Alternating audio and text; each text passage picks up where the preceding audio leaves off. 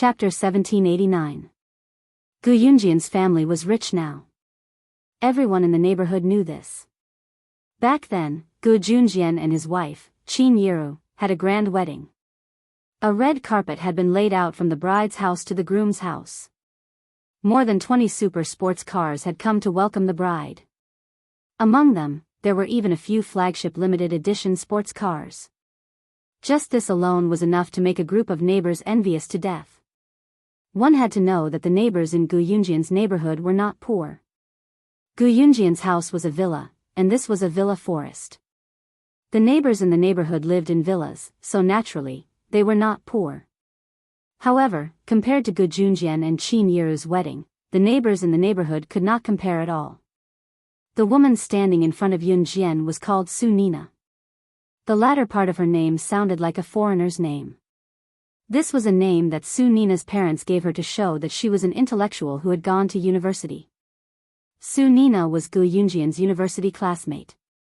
As they lived in the same city, they usually interacted with each other, but not much. During their university days, Gu Junjian kept a low profile. Su Nina thought that Gu Yunjian's family was very poor. During their university days, Gu Junjian and Su Nina had outstanding looks. Therefore, it was inevitable that there would be some people who liked to play matchmaker or tease them to get together. Su Nina thought that Gu Yunjian's family was poor, so she refused to interact with Gu Junjian.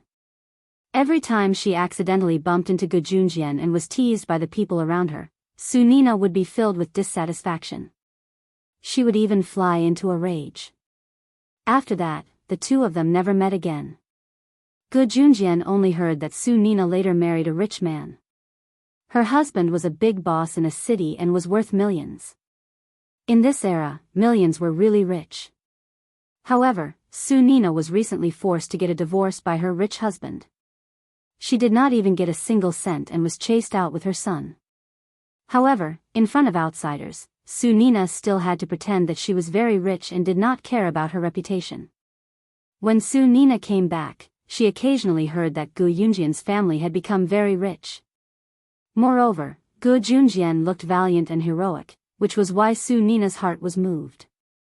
Especially when she heard that when Gu Junjian and Qin Yiru got married, there were more than 20 super sports cars, including the red carpet from Qin Yiru's house to Gu Yunjian's house.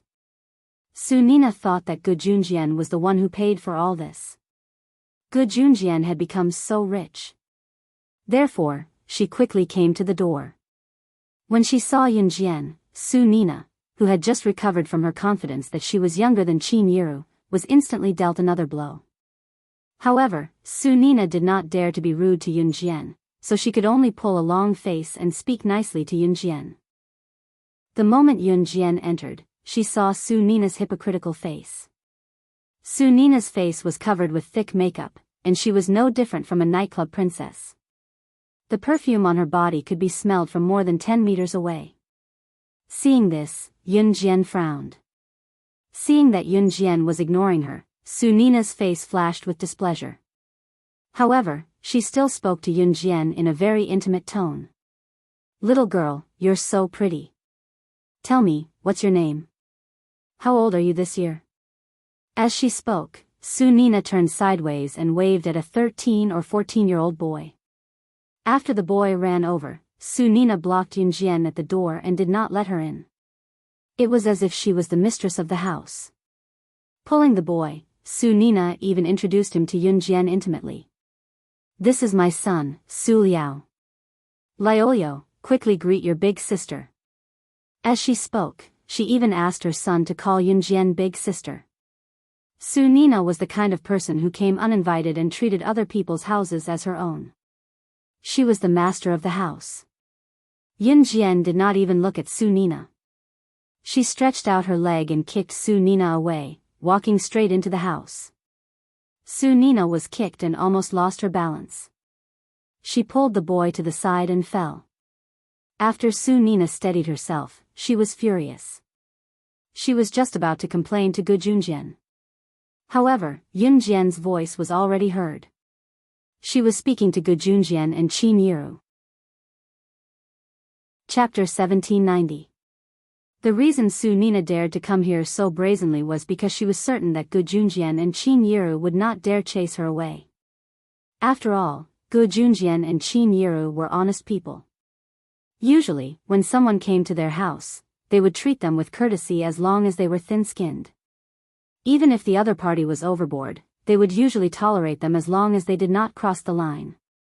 Gu Junjian and Qin Yiru were more honest people, so even when Gu Junjian and Qin Yiru did not like Su Nina coming to their house, they were too embarrassed to chase her away.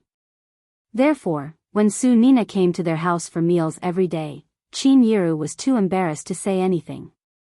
What Su Nina did not expect was that Yun Jian would say something like that when she wanted to use the same method to make Yun Jian feel embarrassed to chase her away. Dog sh*t. She actually described her as dog sh*t. Xiao Jian, she's a guest. You can't say that. Qin Yiru had long disliked Su Nina, but she still had to say that in front of outsiders. As she spoke, Qin Yiru gave Yun Jian a look that said, "You're awesome. My child is young and speaks like that." "Don't take it to heart," Qin Yiru quickly told Su Nina after she spoke. Su Nina, who wanted to criticize Yun Jian, was at a loss for words. Since Qin Yiru had already said that, if she, Su Nina, were to say something else, would it not make her seem like she was being petty with a child? Su Nina's expression was very ugly. "You're not allowed to talk bad about my mom. You're a bad person." Su Nina's son, Su Liao, suddenly bellowed at Yun Jian. His words gave the surrounding people a fright. "Liao, don't spout nonsense. You have to treat your sister like your real sister. Don't spout nonsense like that next time." Su Nina covered Su Liao's mouth and told Su Liao solemnly. When the others heard her, they really thought that Su Nina was well-mannered. When they thought about it, asking Su Liao to treat Yun Jian like his real sister? If they understood the meaning of her words deeper, it could be understood as, Su Nina was going to take Qin Yiru's place sooner or later. Asking Su Liao to call Yun Jian's sister? Su Liao listened to Su Nina very much. When Su Nina said that, Su Liao immediately shut his mouth. "By the way, Liao, what did you learn in school today? Where did you learn the English taught by the teacher at the cram school?" Su Nina was angry at Yun Jian, but she couldn't show it, so she wanted to use her son's extraordinary talent to provoke Yun Jian. "Mom, the English taught by the teacher at the cram school is too slow. Even if a foreigner stands in front of me, I can still say a few words to him in daily language." Su Liao was still a junior high school student. He was not tall, but he still had a smug look on his face. He said proudly, "Wow, Liao is amazing." Su Nina clapped her hands as she said that. Then she looked at Yun Jian and looked at Yun Jian with contempt. She pretended to be kind and said to Yun Jian, "My Liao isn't good at anything except English. I heard that your English is getting harder and harder in high school now that you're in high school. My Liao has been learning English since he was young. If you don't understand, you can ask my Liao." Yun Jian sneered with confidence. Unexpectedly, just as Su Nina finished speaking, Yun Jian's phone rang. When she raised her hand and saw the words displayed on the phone, Yun Jian raised her eyebrows. New cruise was now expanding overseas. There was no room for further development in the country. Zhang Jifan didn't understand foreign languages, so whenever he talked to foreigners about cooperation, Yun Jian would take the call when she was free. Yun Jian pressed the speakerphone and picked up the call. A fluent English voice came from the other end of the phone. "Miss Yun Jian, how are you? I'm Apollo, the president of Alita Company." Chapter 1791. Yun Jian hung up right after she said that. Although the conversation only lasted for a few seconds, this fluent English conversation was definitely not as simple as an everyday conversation. Su Nina and her son, Su Liao, were stunned by the scene. Su Nina, who had just boasted about her son, froze. What did she say just now? She said that she wanted Yun Jian to learn English from her son, but what about Yun Jian? She was able to talk to foreigners? Su Nina was thick-skinned. After a pause, she cast aside her awkward situation and turned to look at Qin Yiru. "Io, sister-in-law, your daughter even knows foreigners?" The sarcastic tone made Qin Yiru frown. "Xiao Jian knows some foreigners and keeps in touch with them." Qin Yiru smiled politely at Su Nina even though she did not like Su Nina. At that moment, a handsome figure came down from upstairs. Upon closer look, it was Gu Junjian. Yun Jian narrowed her eyes. Her mother, Qin Yiru, married Gu Junjian because Gu Junjian was a righteous man who would not have any contact with shady women. It was not the first time Su Nina came to visit them. Based on what the gossipy women said, it had been a while. If it was just once or twice, Su Nina was probably here to catch up. As the hosts, Gu Junjian and Qin Yiru should not chase her away. However, it was not the first time Su Nina came to visit. No matter how dumb Gu Junjian was, he should be able to tell what was going on. If he did not do anything, Yun Jian wondered if Qin Yiru marrying Gu Junjian was the right choice. "Xiao Jian, you're back. Let's go to the hotel for a feast tonight. Dad's treating a few college classmates to a gathering. Let's go together after a change of clothes." Gu Junjian told Yun Jian with a grin as he straightened his suit around himself. Gu Junjian was treating a few university classmates to a gathering today, which was why Su Nina had stayed until so late and declared that she wanted to go with Gu Junjian and Qin Yiru. It was already past 7 in the evening. The reason Gu Junjian chose this time to treat his university classmates was that some of them had to work during the day and knocked off later at night. Looking at Gu Junjian, who had changed out of his military uniform, Yun saw Su Nina's eyes sparkling. Yun Jian's gaze darkened as she went upstairs. If Gu Junjian did not handle this matter well, she would definitely leave with Qin Yiru. 3 minutes later, Yun Jian had changed into a clean white long-sleeved shirt and a pair of blue skinny jeans. The loose shirt and skinny jeans accentuated her curves to the fullest. There was a sense of freshness about her. Yun Jian was about to go downstairs when she heard Gu Junjian talking to Su Nina. Qin Yiru was listening by the side as well. However, she heard Gu Junjian say to Su Nina in a serious tone. "Su Nina, I, Gu Junjian, have always been upright. I've never betrayed anyone. I didn't say it 2 days ago because I wanted to save you some face. Today, I'll be frank with you in front of my wife. When we were in university, our classmates wanted to match us up, but I've never had any thoughts about you. Not in the past, not now, and not in the future. Please conduct yourself with dignity." Chapter 1792. Before Yun Jian went downstairs, she heard Gu Junjian say those words to Su Nina in a very serious tone. Gu Junjian was a soldier. Of course, he wouldn't say something as rude as, "Get out of my house," to Su Nina. However, Gu Junjian wouldn't say anything to Su Nina just because he felt embarrassed and let Su Nina wander around in front of him. He couldn't do that. Qin Yiru was thin-skinned. She was born weak and knew her place. Gu Junjian naturally understood this. However, a man married a wife to pamper and protect her. Otherwise, what was the point of having a man like him? Since Su Nina was so shameless, then he, Gu Junjian, would be the bad guy. Yun Jian, who was standing on the stairs, suddenly smiled. Indeed, it was the right decision to let Qin Yiru be with Gu Junjian. Qin Yiru, who was standing downstairs, was so touched that she couldn't say anything after hearing Gu Junjian's words. On the other hand, Su Nina, who was standing opposite Qin Yiru and Gu Junjian, froze. She didn't expect that the person who exposed her was Gu Junjian. After her face froze for a while, Su Nina looked at Gu Junjian and continued to act pitiful. "Brother Junjian, what are you talking about? How many years have we known each other? After I divorced my ex-husband, I thought that I had no one to rely on when I came back. So, I thought about how you treated people in school back then.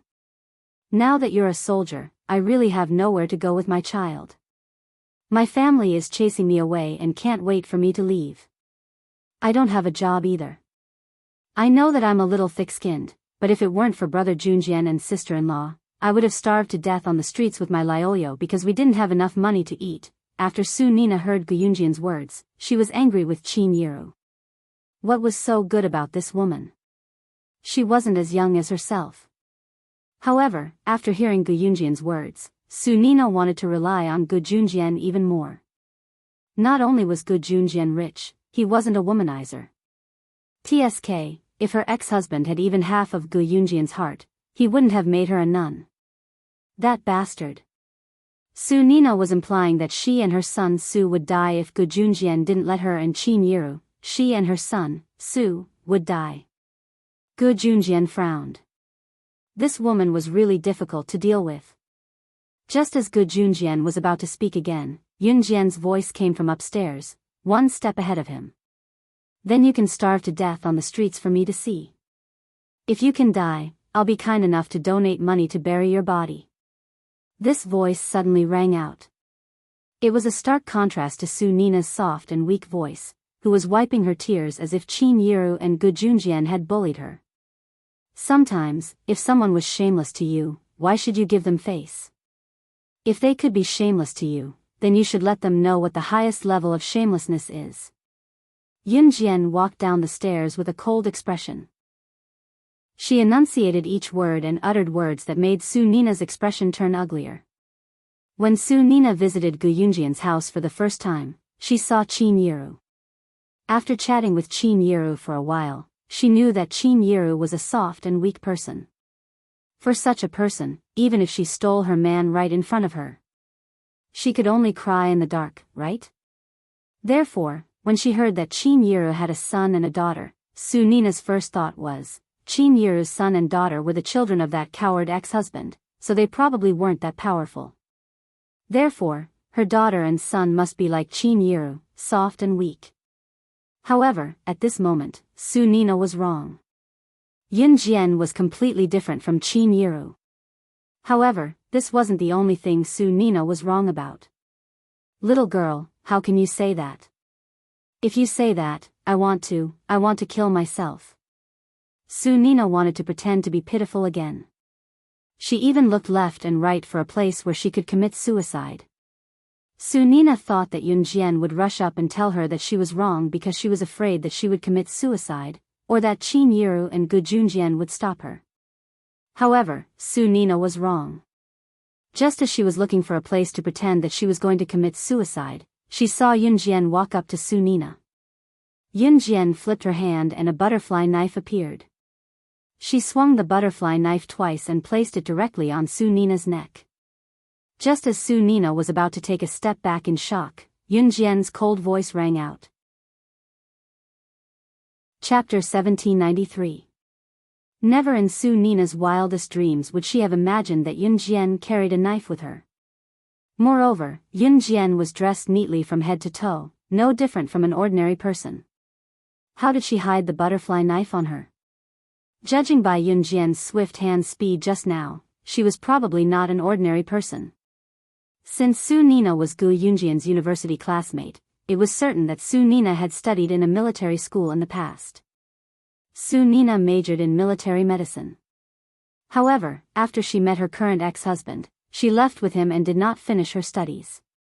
Having studied in a military school, Su Nina was well aware of how terrifying Yunjian's technique was when she took the knife and held it against her neck. Even the male students who studied in the military academy couldn't compare to her. Hence, Su Nina's legs went weak from fear. Unable to control herself, she knelt before Yunjian.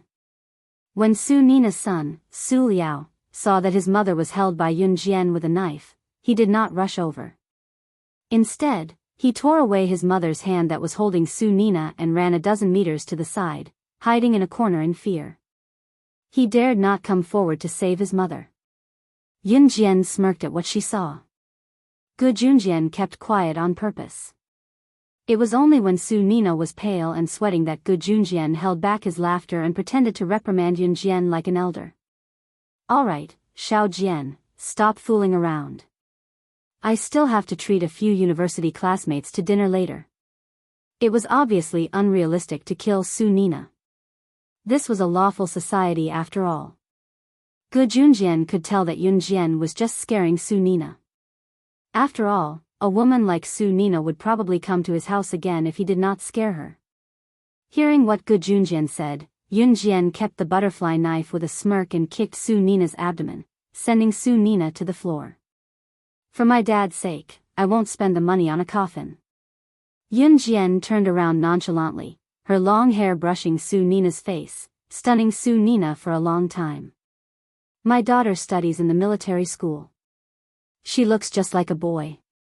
You've studied in the military school too, so you know that we soldiers have stronger hands. Don't take it offense. Gu Junjian held Qin Yiru's hand and stood more than 10 meters away from Su Nina, showing no intention of going over to help Su Nina. Moreover, he was holding Qin Yiru's hand. If Qin Yiru did not go over to help Su Nina would be too embarrassed to say anything. The back and forth had infuriated Su Nina so much that she was about to have a heart attack. In spite of it, Su Nina was at a loss for words. Even her son, Su Liao, had stayed far away just now. 20 minutes later, the group walked from Gu Yunjian's house to Enchanting Hotel. It had been 3 to 4 years since Enchanting Hotel opened in Longmen City. It was well received and popular. That was because Enchanting Hotel's taste buds were obvious from its name. It was geared toward the masses and tasted similar to the local dishes cooked by ordinary people in Longmen City. Big bosses liked to set up their gatherings here as well. Since it was not particularly expensive, people would usually treat them to a meal. Those who were more extravagant would set up their gatherings here as well. Enchanting Hotel's decor was quite nice. Just as Yun Jian and Gu Junjian entered, they saw a group of men and women who were about the same age as Gu Junjian standing nearby. These men and women who were about the same age as Gu Junjian must be Gu Yunjian's university classmates. These middle-aged men and women who were about the same age as Gu Junjian were accompanied by young men and girls who were about the same age as Yun Jian. These people were obviously the children of Gu Yunjian's university classmates. For a large gathering like this, many parents would bring their children along. It was especially so in 1999 when the people's standard of living was still not high. Usually, when there was a gathering and someone was treating, the whole family would be present. After all, meat was only a few times a year back then. It was unlike now where they could eat meat whenever they wanted. Were their families unable to survive? They would starve to death. As Gu Junjian was the one who was treating today, a large group of people were waiting outside. When they saw Gu Junjian, the large group of people crowded around him. Our officer Gu is here. Haha. Junjian, it's been a few years since we last met. How have you been? A big-bellied man rubbed his beer belly and asked Gu Junjian courteously. Chapter 1794. When everyone was seated around the 2 tables, the dishes were served. Gu Junjian ordered 2 tables of dishes. Since his university classmates had invited their entire families, 1 table was definitely not enough to seat all of them. Of course, in this era, when there was a gathering, the entire family would be brought over for a free meal. Gu Junjian had already expected this, so the dining table was naturally prepared in advance. There were only a few seats left. After everyone sat down, Gu Junjian looked around. Seeing that no one was present yet, he asked, "What's the matter? Where's old Zhang? Why don't I see him?" Yun Jian was sitting next to Qin Yiru. She could feel that many women and young girls were staring at her with burning eyes. Old Zhang went to pick up his son from class. He'll be here in a while. The man with the beer belly who greeted Gu Junjian just now said to Gu Junjian. None of the middle-aged men, especially those who were big bosses, could escape the fate of having a beer belly. This was simply because their lives were too comfortable. Okay. Gu Junjian nodded.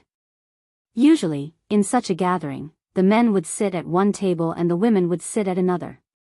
Today was no exception. Yun Jian was sitting with Qin Yiru. Su Nina was sitting opposite Yun Jian and Qin Yiru. Your Officer Ji's wife? Just when the atmosphere was a little awkward, a woman looked at Qin Yiru and asked. Qin Yiru nodded very politely and answered. You and Officer Go are both married twice, right? Officer Go had many suitors in our university back then. You're lucky to be able to marry him twice. The woman looked at Qin Yiru and said with a smile. After saying this, the woman turned to look at Yun Jian and changed the topic to Yun Jian. Then this must be the daughter of you and your ex-husband, right? You're pretty, but you look a little weak and gentle. Officer Go is a soldier. You and your mother look weak and gentle, aha. Officer Go is protecting him.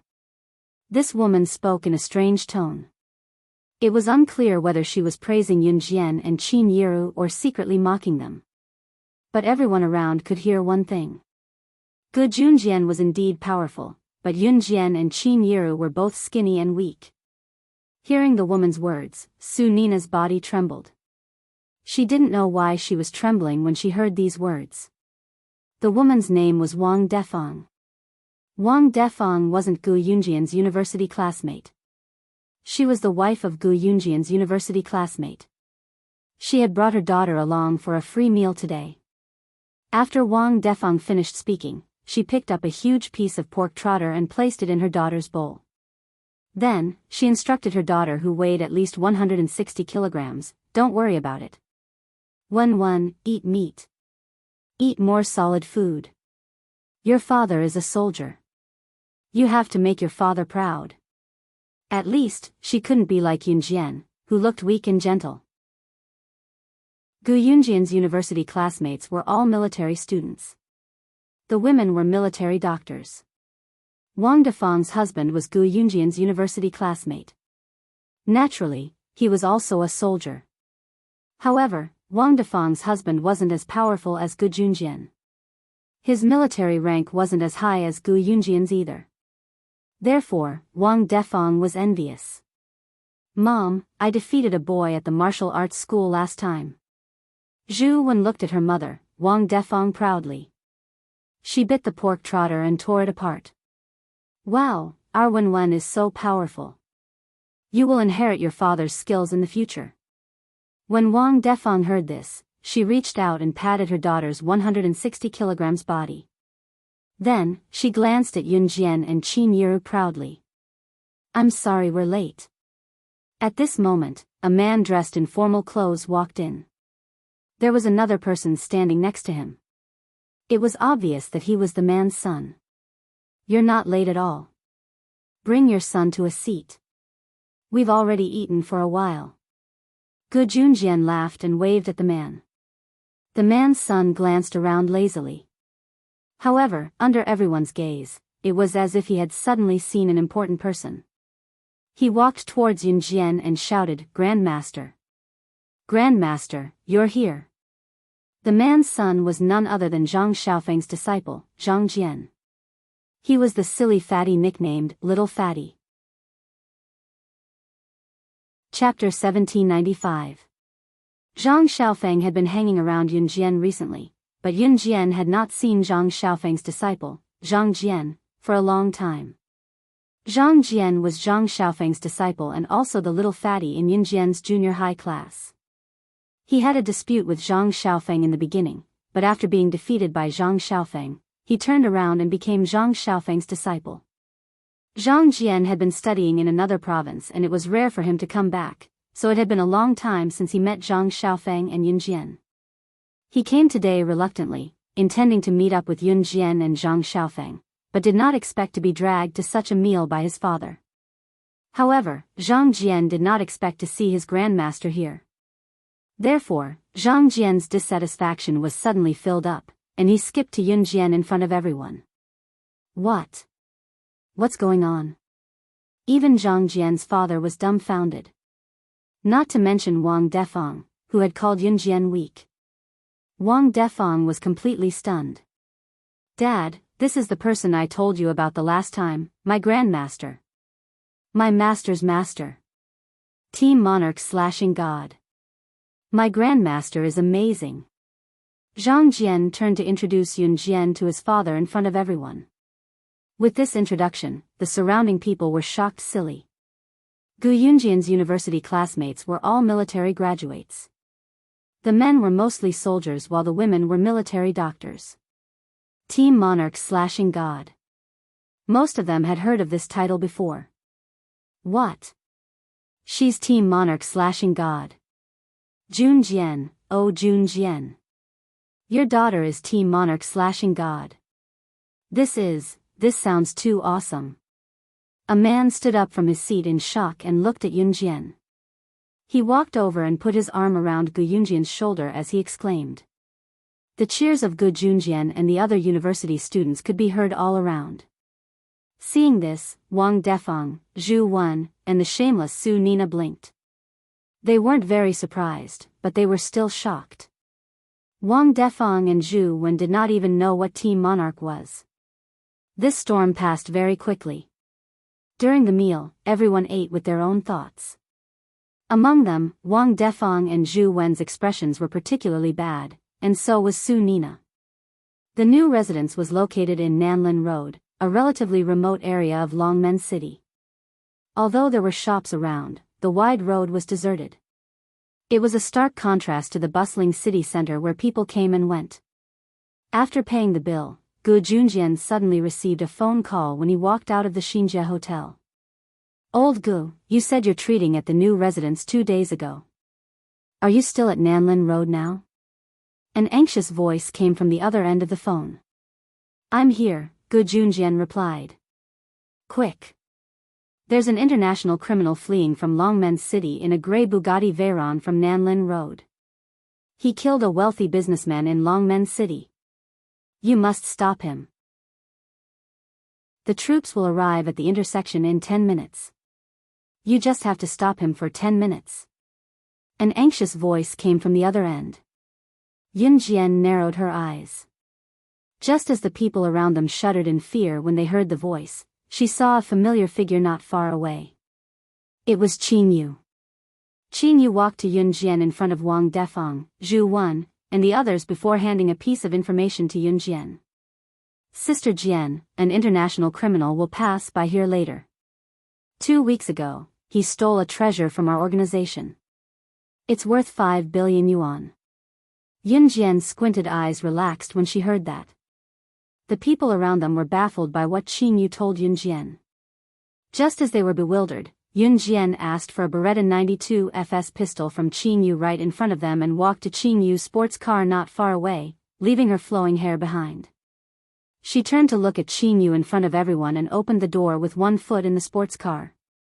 She spoke to Qin Yu with a cold expression like a cold-blooded killer. You're right.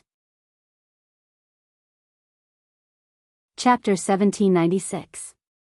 Qin Yu did not mention what treasure the international criminal had stolen from the Kosha mercenaries, but she emphasized 5 billion. It was not appropriate to mention the treasure in front of everyone as it would cause a commotion. The treasure was a necklace named Eternal. The material of the necklace was unique as it was made of pure natural crystals. After processing, it was made into a necklace that was priceless in the market. It was not an exaggeration to say that the necklace could nourish one's body and mind when worn. It could also prevent some illnesses and even prolong one's life. It was especially suitable for middle-aged people to wear, and Yunjian had planned to give it to Qin Yu. The international criminal did not have the ability to steal the necklace named Eternal from the Kosha mercenaries. Yunjian had sent the Eternal necklace to the factory for the most precise processing.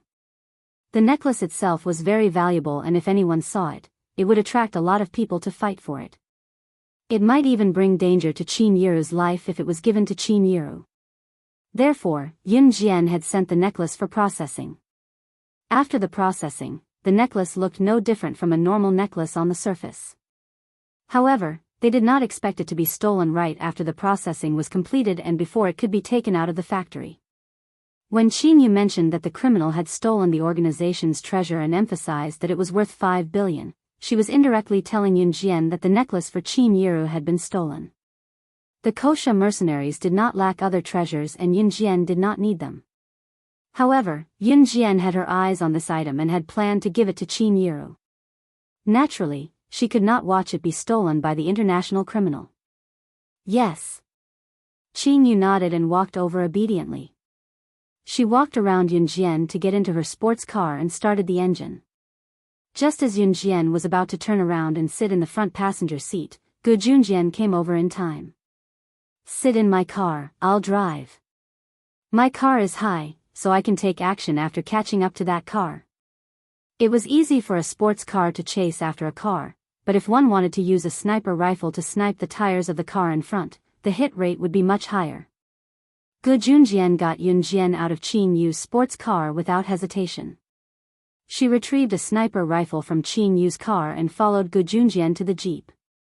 Wang Defang and her daughter, Zhu Wen, as well as Su Nina, who had shamelessly stayed at Gu Yunjian's house to freeload meals for several days, all had a change in expression.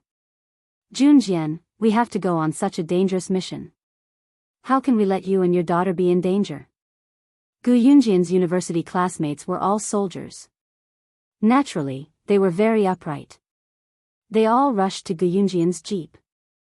You, Officer Ji's daughter, why are you joining in the fun? Do you think that adults are not troublesome enough? This is not child's play. Are you trying to drag the adults down with you? Seeing that her husband was tagging along, she knew that this was dangerous. The other party was an international criminal. Wang Defang, who had called Yunjian weak earlier, yelled at Yunjian again. Initially, Wang Defang was too lazy to care about Yunjian, but her husband was tagging along. What if something happened to her husband because of Yunjian? Wang Defang dared not imagine it. Officer Ji's wife. Your daughter's tagging along. Isn't she causing trouble for them? She hasn't graduated from the military school yet. Why is she in such a hurry to show off? Why doesn't she go to school to show off? Why must she join in the fun? Does she really think she's something? Wang Defang panicked when she saw that Yunjian had gotten into the jeep. She turned to yell at Qin Yiru. Qin Yiru ignored Wang Defang and merely smiled. Qin Yiru knew about Yunjian's identity, but she was thinking that it would be dangerous if her daughter did not tag along. Before Gu Junjian drove the car away, Yunjian left Qin Yu a message. Chapter 1797. After Yunjian asked Qin Yu to stay behind to protect Qin Yiru, the jeep sped away at lightning speed. Gu Yunjian's jeep had 3 rows of seats. The driver's seat and the passenger's seat could fit 2 people, the left and right seats in the second row could fit 2 people, and the last row could fit 3 people if they squeezed together. There was a total of 7 people. Yunjian was sitting in the second seat by the window while Gu Junjian was driving. Other than Yunjian, there were 5 of Gu Yunjian's university classmates who got into the car. When the jeep sped away, Wang Defang's cursing could still be heard in the wind. Yunjian narrowed her eyes. She left Qin Yu where she was, so she was not afraid that Wang Defang would do anything to her mother. I've calculated. The gray Bugatti Veyron should be here soon. Junjian, turn the car to the main road. We'll be able to track it if we keep an eye out there. The middle-aged man who sat next to Gu Junjian was Enchanting. Among the group, he was the one who was doing the best other than Gu Junjian. Enchanting lowered his head to look at the watch on his wrist as he spoke seriously. There were a few intersections in Nanlin Road. No one could guess which one the international criminal would escape from. If they missed the international criminal, Gu Yunjian's mission would be considered a failure. However, there was a main road in Nanlin Road. They would have to pass through that main road if they wanted to pass through these intersections. Enchanting was amazing. He could calculate the time and roughly predict when the international criminal would arrive. He asked everyone to keep an eye out at the main road so that they could chase after the car once it left. After Enchanting finished his words, the people around him started searching. Super, you're really good at this. We'll depend on you to find the international criminal's gray Bugatti Veyron. Thank goodness you're here. Super, you're really a super. If this international criminal escapes from right under our noses today, do you still want our old faces? Gu Yunjian's university classmates chatted with each other as they searched for vehicles passing by. When going out on a mission, the scariest thing was not being able to find the target. To put it bluntly, if you can't even find your target, what kind of mission is this? Might as well go home and stay there. In any case, you won't even have the luck to meet the target. It was as if you suddenly wanted to go to the toilet or take a dump, but you couldn't even find a latrine. How could you find a latrine to take a dump? At this time, it was crucial to have someone with quick reflexes to lead everyone to the correct location to find the target. Just as everyone was looking for a target and praising Yu Chowning to the extreme, a delicate female voice that was even more pleasant than a singer's rang out, startling everyone present. Drive the car to the third intersection. He will definitely pass by the third intersection. Even Yu Chowning, who had a very accurate estimation, didn't dare to make a conclusion on which intersection on Nanlin Road the international criminal would take. Hence, he asked Gu Junjian to drive the car to the main intersection and wait there. No one present had any intention of looking down on Yunjian. However, how could Yunjian be so sure that the international criminal would escape from the third intersection? Why would he definitely pass by the third intersection? If we stop the car in the wrong direction, we'll miss him. If we stop the car at the main intersection, even if we discover that his car is further away from us, we can still chase after him. A middle-aged man looked around and asked Yunjian in a serious tone. This was a mission. It wasn't child's play. He will definitely take the third intersection. Yunjian pursed her lips and repeated. Chapter 1798. In response to Yunjian's insistence, the man remained silent for 2 seconds and did not respond to her. Yunjian was Team Monarch slashing God. She was not as simple as she looked. However, at that moment, time was money. If Yunjian was wrong, she would be letting an international fugitive escape. She couldn't bear the consequences of her actions. What should we do? Should we listen to her? An honest-looking man sitting in the last row paused for 2 seconds before asking. No. This mission is not a game. We'd rather chase after the grey Bugatti Veyron than take the risk. Moreover, the third intersection is quite a distance away from where we are now.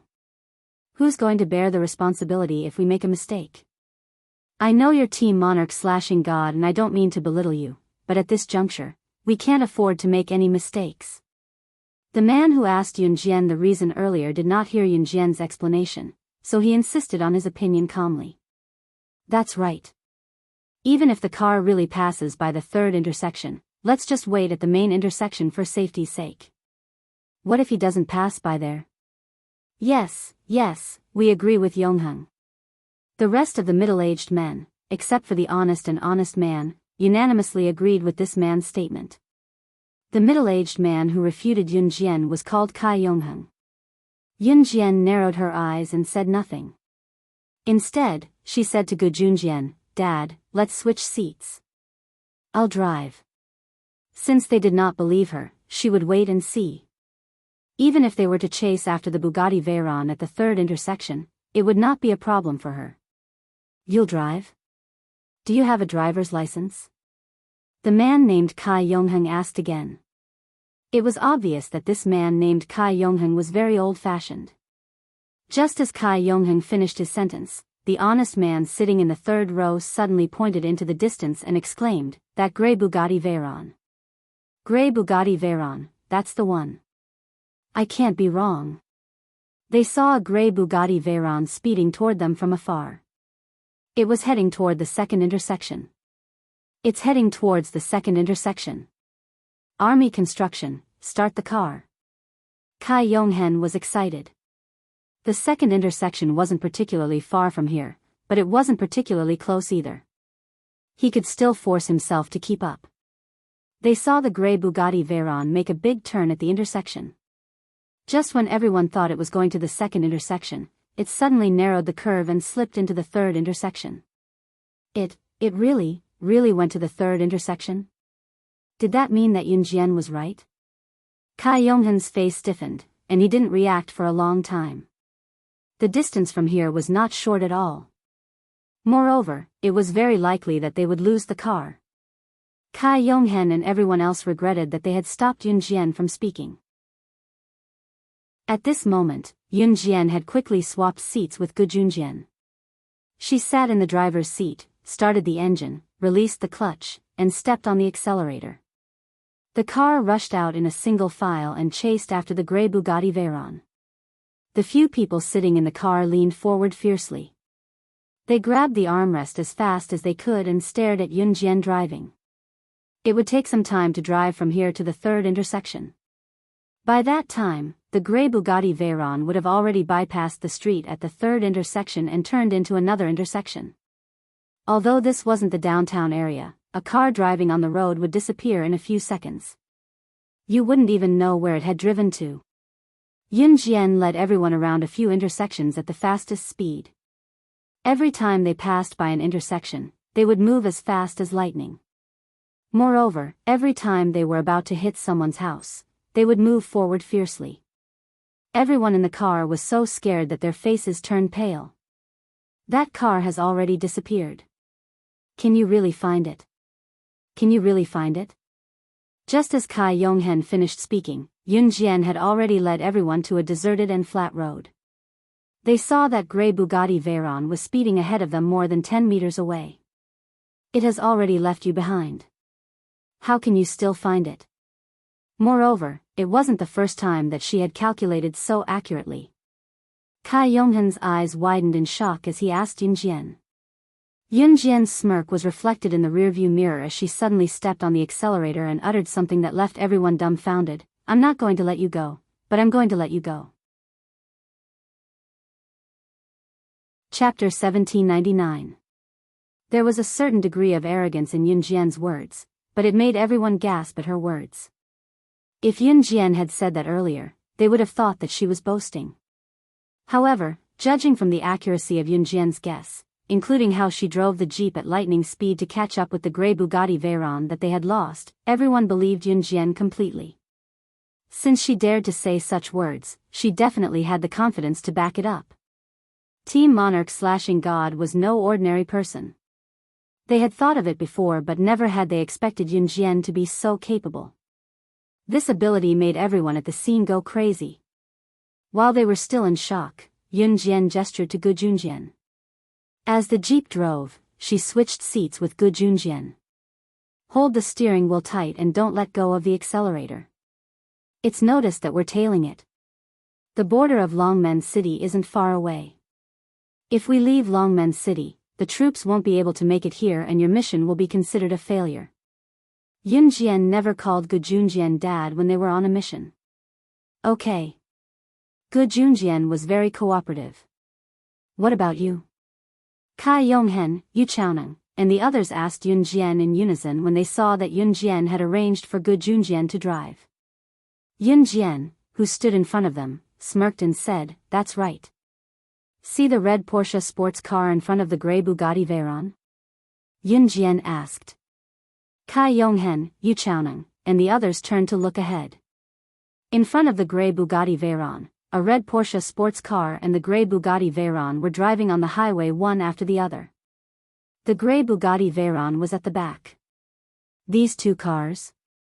Kai Yonghen was cut off by Yun Jian just as he spoke. The information was wrong. The international criminal you want to catch and the thing I want to take back are both in the red Porsche sports car in front of the grey Bugatti Veyron. The grey Bugatti Veyron in the back, if I'm not wrong, was just a cover from the beginning. The people sitting inside are at most the subordinates of the international criminal sitting in the red Porsche sports car. Yun Jian, on the other hand, was not in a hurry to make a move. It was not the right time yet. She returned to her original seat and spoke to the people around her. What? What's the meaning of this? The surrounding men all stared blankly at Yun Jian. What did that mean? Just when everyone thought that the person sitting in the grey Bugatti Veyron was the international criminal, Yun Jian suddenly said that the international criminal was not in the Bugatti Veyron, but in the red Porsche sports car. Just as everyone was puzzled, Yun Jian continued with a smile. Sniping the grey Bugatti Veyron with a sniper rifle won't work anymore. If we try to snipe it forcefully, the grey Bugatti Veyron will come crashing down on us and the red Porsche sports car will be able to escape right under our noses. So, we mustn't fire. Realization dawned on everyone when they heard what Yun Jian said, but it was followed by a moment of bewilderment. The international criminal was indeed an international criminal. If it were not for Yun Jian today, he would definitely be able to escape from Longmen City with his cunning. While the group was exclaiming, they did not forget to gasp. Yun Jian was really something. What should we do then? At this speed, it's impossible to overtake. Are we going to keep chasing the red Porsche? Kai Yonghen asked with a frown.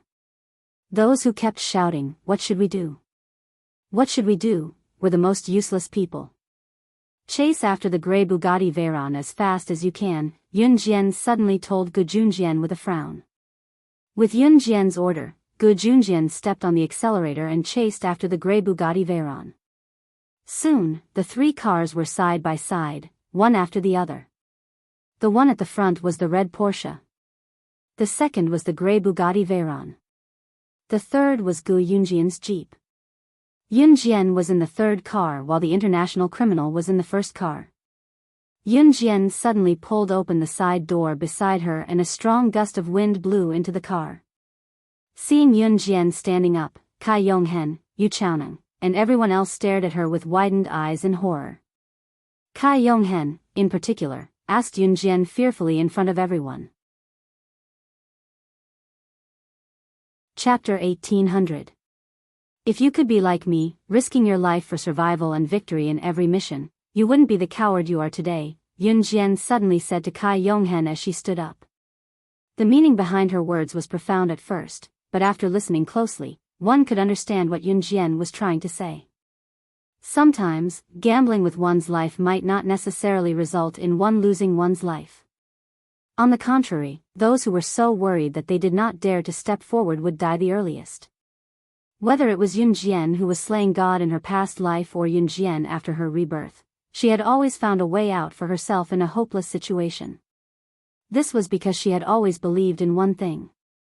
She might not be as good as many people, but when she was forced to a dead end and was forced to take another step back, there was a bottomless abyss below her. She would then cut off all thoughts of retreating. She would then unleash a strength that exceeded her own instincts and become the best of the best. Yun Jian's words gave Kai Yonghen and the group of men a lot of motivation. This was something that even a teenage girl like her could do, yet they were afraid of it again and again. Just when Kai Yonghen, Yu Chaoneng, and the rest were stunned by Yun Jian's words, Yun Jian had already grabbed the handrail in the car and jumped out of the car. Even if an ordinary person wanted to jump out of a car, they would prepare for half a day, just like how they would hesitate for half a day before jumping out of a long jump. However, Yun Jian did not hesitate at all. She did not care if she succeeded or not, she grabbed the handrail and jumped out of the car. And at this moment, the scene that made everyone present so shocked that it was as if they had stopped breathing was the most exciting and blood-boiling scene that they had ever seen in their entire lives. They saw Yun Jian, who had jumped out of the car, grab the handrail. Even though the car was speeding, she did a flip at the speed of 1 second and threw herself onto the car roof. The people in the car did not even hear the sound from the car roof. However, they knew that Yun Jian did not miss. That meant that Yun Jian was definitely on the car roof. When an ordinary person jumped from one place to another, there would definitely be a loud bang. However, when Yun Jian jumped onto the car roof, she controlled her strength so lightly that there was no sound at all. This scene caused everyone present to be so shocked that their faces turned pale. That was too amazing. What she did was not something that could be done by an ordinary person. However, that was not the most shocking part. In less than 3 seconds, a petite figure appeared in front of the driver's seat's glass. Yun Jian took 2 consecutive leaps and arrived in front of the red Porsche in a flash. In the blink of an eye, she had jumped from the third car to the first car at a speed of more than 100 kilometers per hour, despite the fact that she had not been thrown out of the car at all. That girl is too terrifying. I've never seen such a terrifying person. This frightening thinking ability and her nimble movements. Could she be some international big shot? One of the men exclaimed. As soon as the exclamation ended, the first red Porsche suddenly turned to the side and braked in front of everyone. Seeing this, Gu Junjian immediately turned around. The grey Bugatti Veyron also stopped. When Gu Junjian stopped the car and everyone got out, they saw that Yun Jian had already forced the red Porsche to stop. Then, she pulled out a figure from the driver's seat. The owner of the figure was a man in his 40s.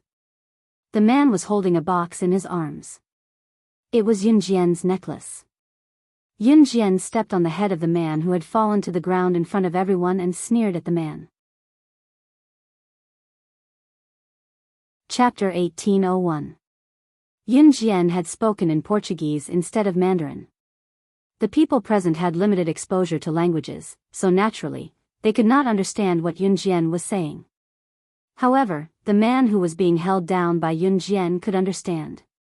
Since the man was an assassin, he must have been trained and learned many languages. Perhaps the man knew fewer languages than Yun Jian, but the Portuguese that Yun Jian used was definitely something that the man knew. Since there were quite a number of people who spoke Portuguese around the world, there was a high proportion of them who received missions there. Naturally, it was one of the languages that they had to learn. As expected, the man's face darkened as soon as Yun Jian finished her sentence. From afar, Gu Junjian, Yu Chaoneng, and Kai Yonghen could clearly see the man's complexion change at lightning speed. His face, which had a trace of blood, suddenly turned pale. If you dare reveal my identity in public, it won't be as simple as death. Just as Kai Yonghen, Yu Chaoneng, and the rest were shocked by what Yun Jian had said, Yun Jian spoke again. She continued speaking to the man in fluent Portuguese. Even if the man was caught by the police, he would definitely die as an international criminal.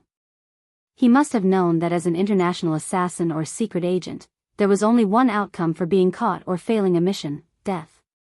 Yun Jian was not stupid. Since she dared to reveal her identity to this international criminal, she knew that he would not reveal it.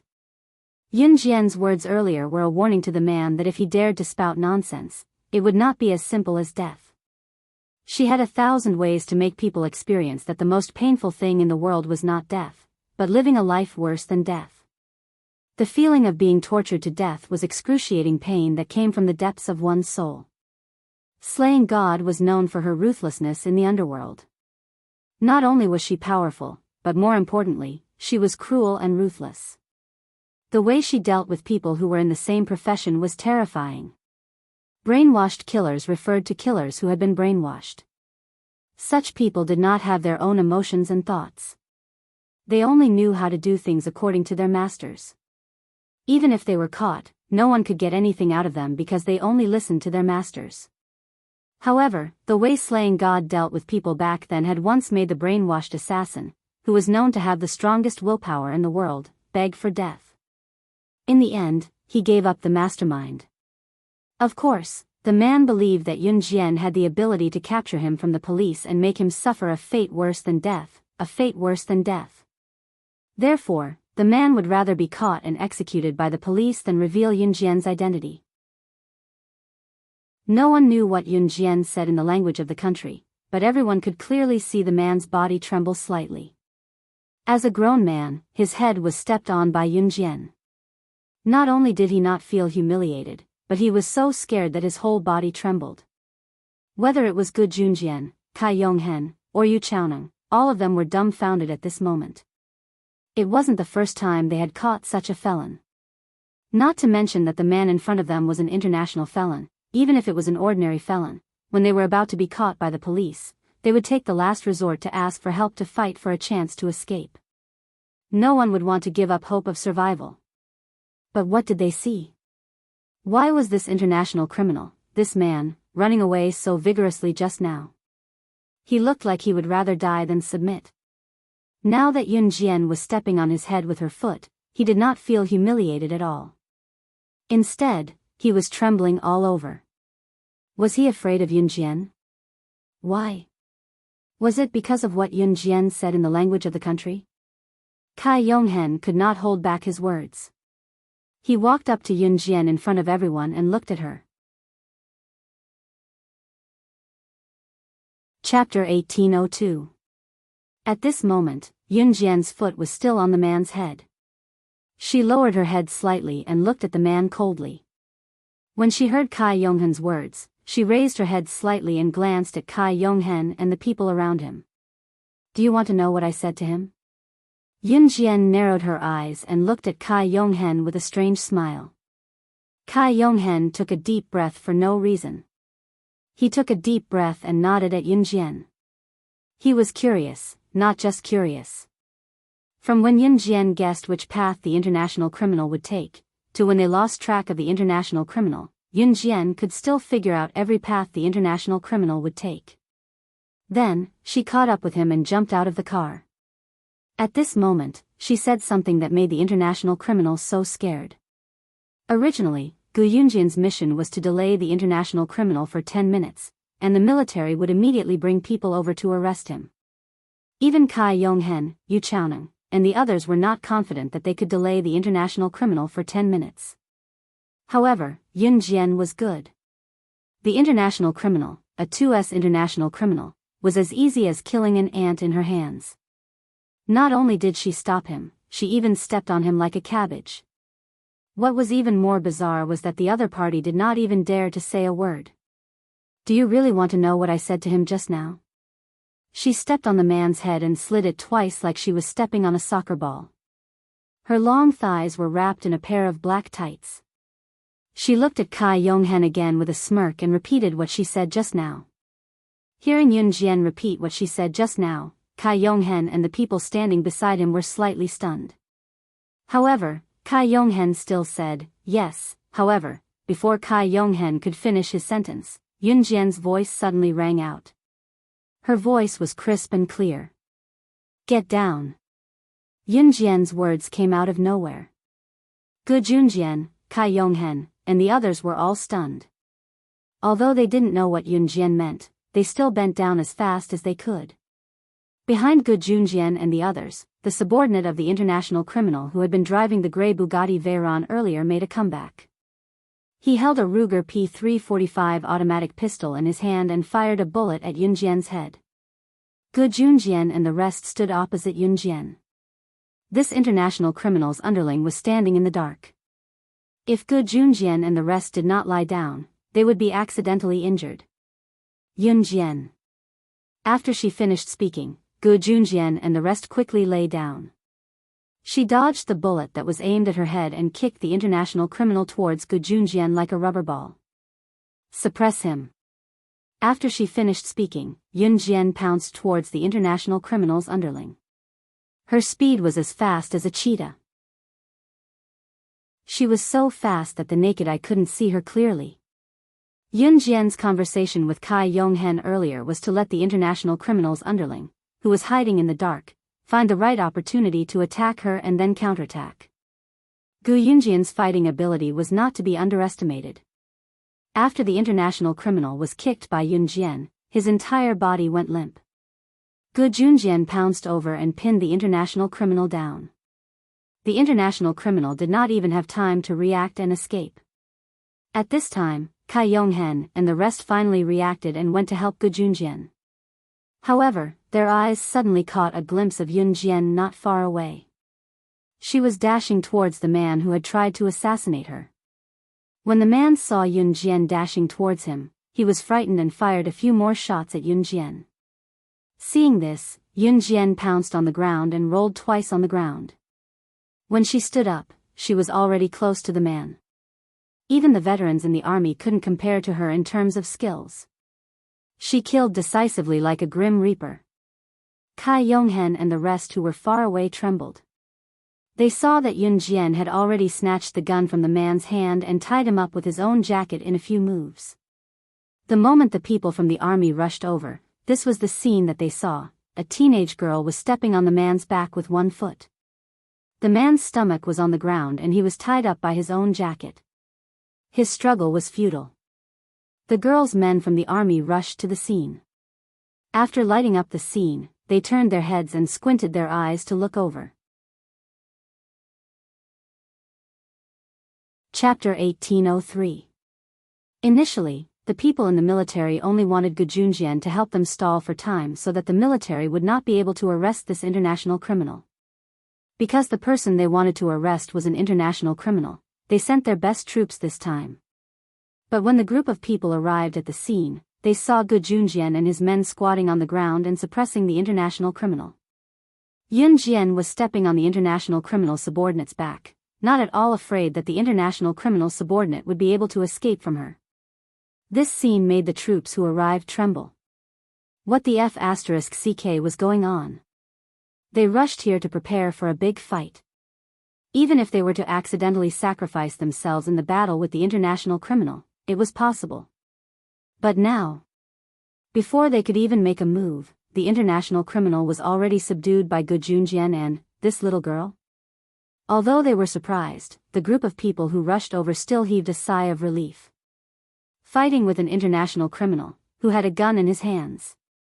There would definitely be casualties. These people in the army all had relatives. If one person died, it would mean that they would harm an entire family. But for the sake of the people, they had to fight. If they didn't get rid of these people in this era, how could there be peace in the modern era? But what these people didn't expect was that Gu Junjian and his men actually managed to subdue the international criminal. They only had a few people. They actually managed to subdue the international criminal. This was a great achievement. The leader of the men in the army walked towards Gu Junjian. This man obviously knew Gu Junjian. When he spoke, Yun Jian could tell that this man was the one who called Gu Junjian just now. The man was stunned. Then, he looked at Gu Junjian and said, Gu Junjian, Gu Junjian. Old Gu, good job. You actually brought people to arrest him. Ahem. The ones who arrested him weren't us. It was her. At this moment, Gu Yunjian's university classmate, the man named Yu Chaoning, looked at Yun Jian and said, What? What? The ones who arrested him weren't you guys, but this little girl. The man and the people standing behind him were all stunned. You can take him away. Dad, Mom has been waiting for a long time. Let's go back. Just as the man and the people standing behind him were all stunned, Yun Jian spoke to Gu Junjian. Obviously, she didn't want to make a big deal out of this. Old Wang, my daughter doesn't want to be in the limelight. You know that. We'll leave first. After Gu Junjian handed the international criminal over to the man, he said to the man. The man called Old Wang was stunned. He opened his mouth and finally nodded. After Yun Jian retrieved the necklace she had given Qin Yiru from the man, she turned to get into the jeep with Gu Junjian and the others. The necklace was in a box, so no one could see what it was. The jeep left the army. At the entrance of the Xinjie Hotel, Qin Yiru, Wang Defang, and the women and children had been standing there for a long time. During this time, Wang Defang kept talking about Yun Jian. Seeing that the men hadn't come back yet, Wang Defang was so worried about her man that she almost cried. At this moment, she still kept talking to Qin Yiru coldly. Why did you let that little girl go with you? Are you trying to make trouble? If my man can't come back because of that little girl, I'll kill you. Wang Defang spoke eloquently, and the words that came out of her mouth were very unpleasant. Just as Wang Defang was talking non-stop, Gu Yunjian's jeep drove back. Seeing that the men had returned safely, everyone present heaved a sigh of relief. When Yun Jian and the others got out of the jeep, Wang Defang, who was relieved, walked over and grabbed her man's hand. She started talking again. Dear, are you okay? That little girl didn't make trouble for you, right? She's so troublesome.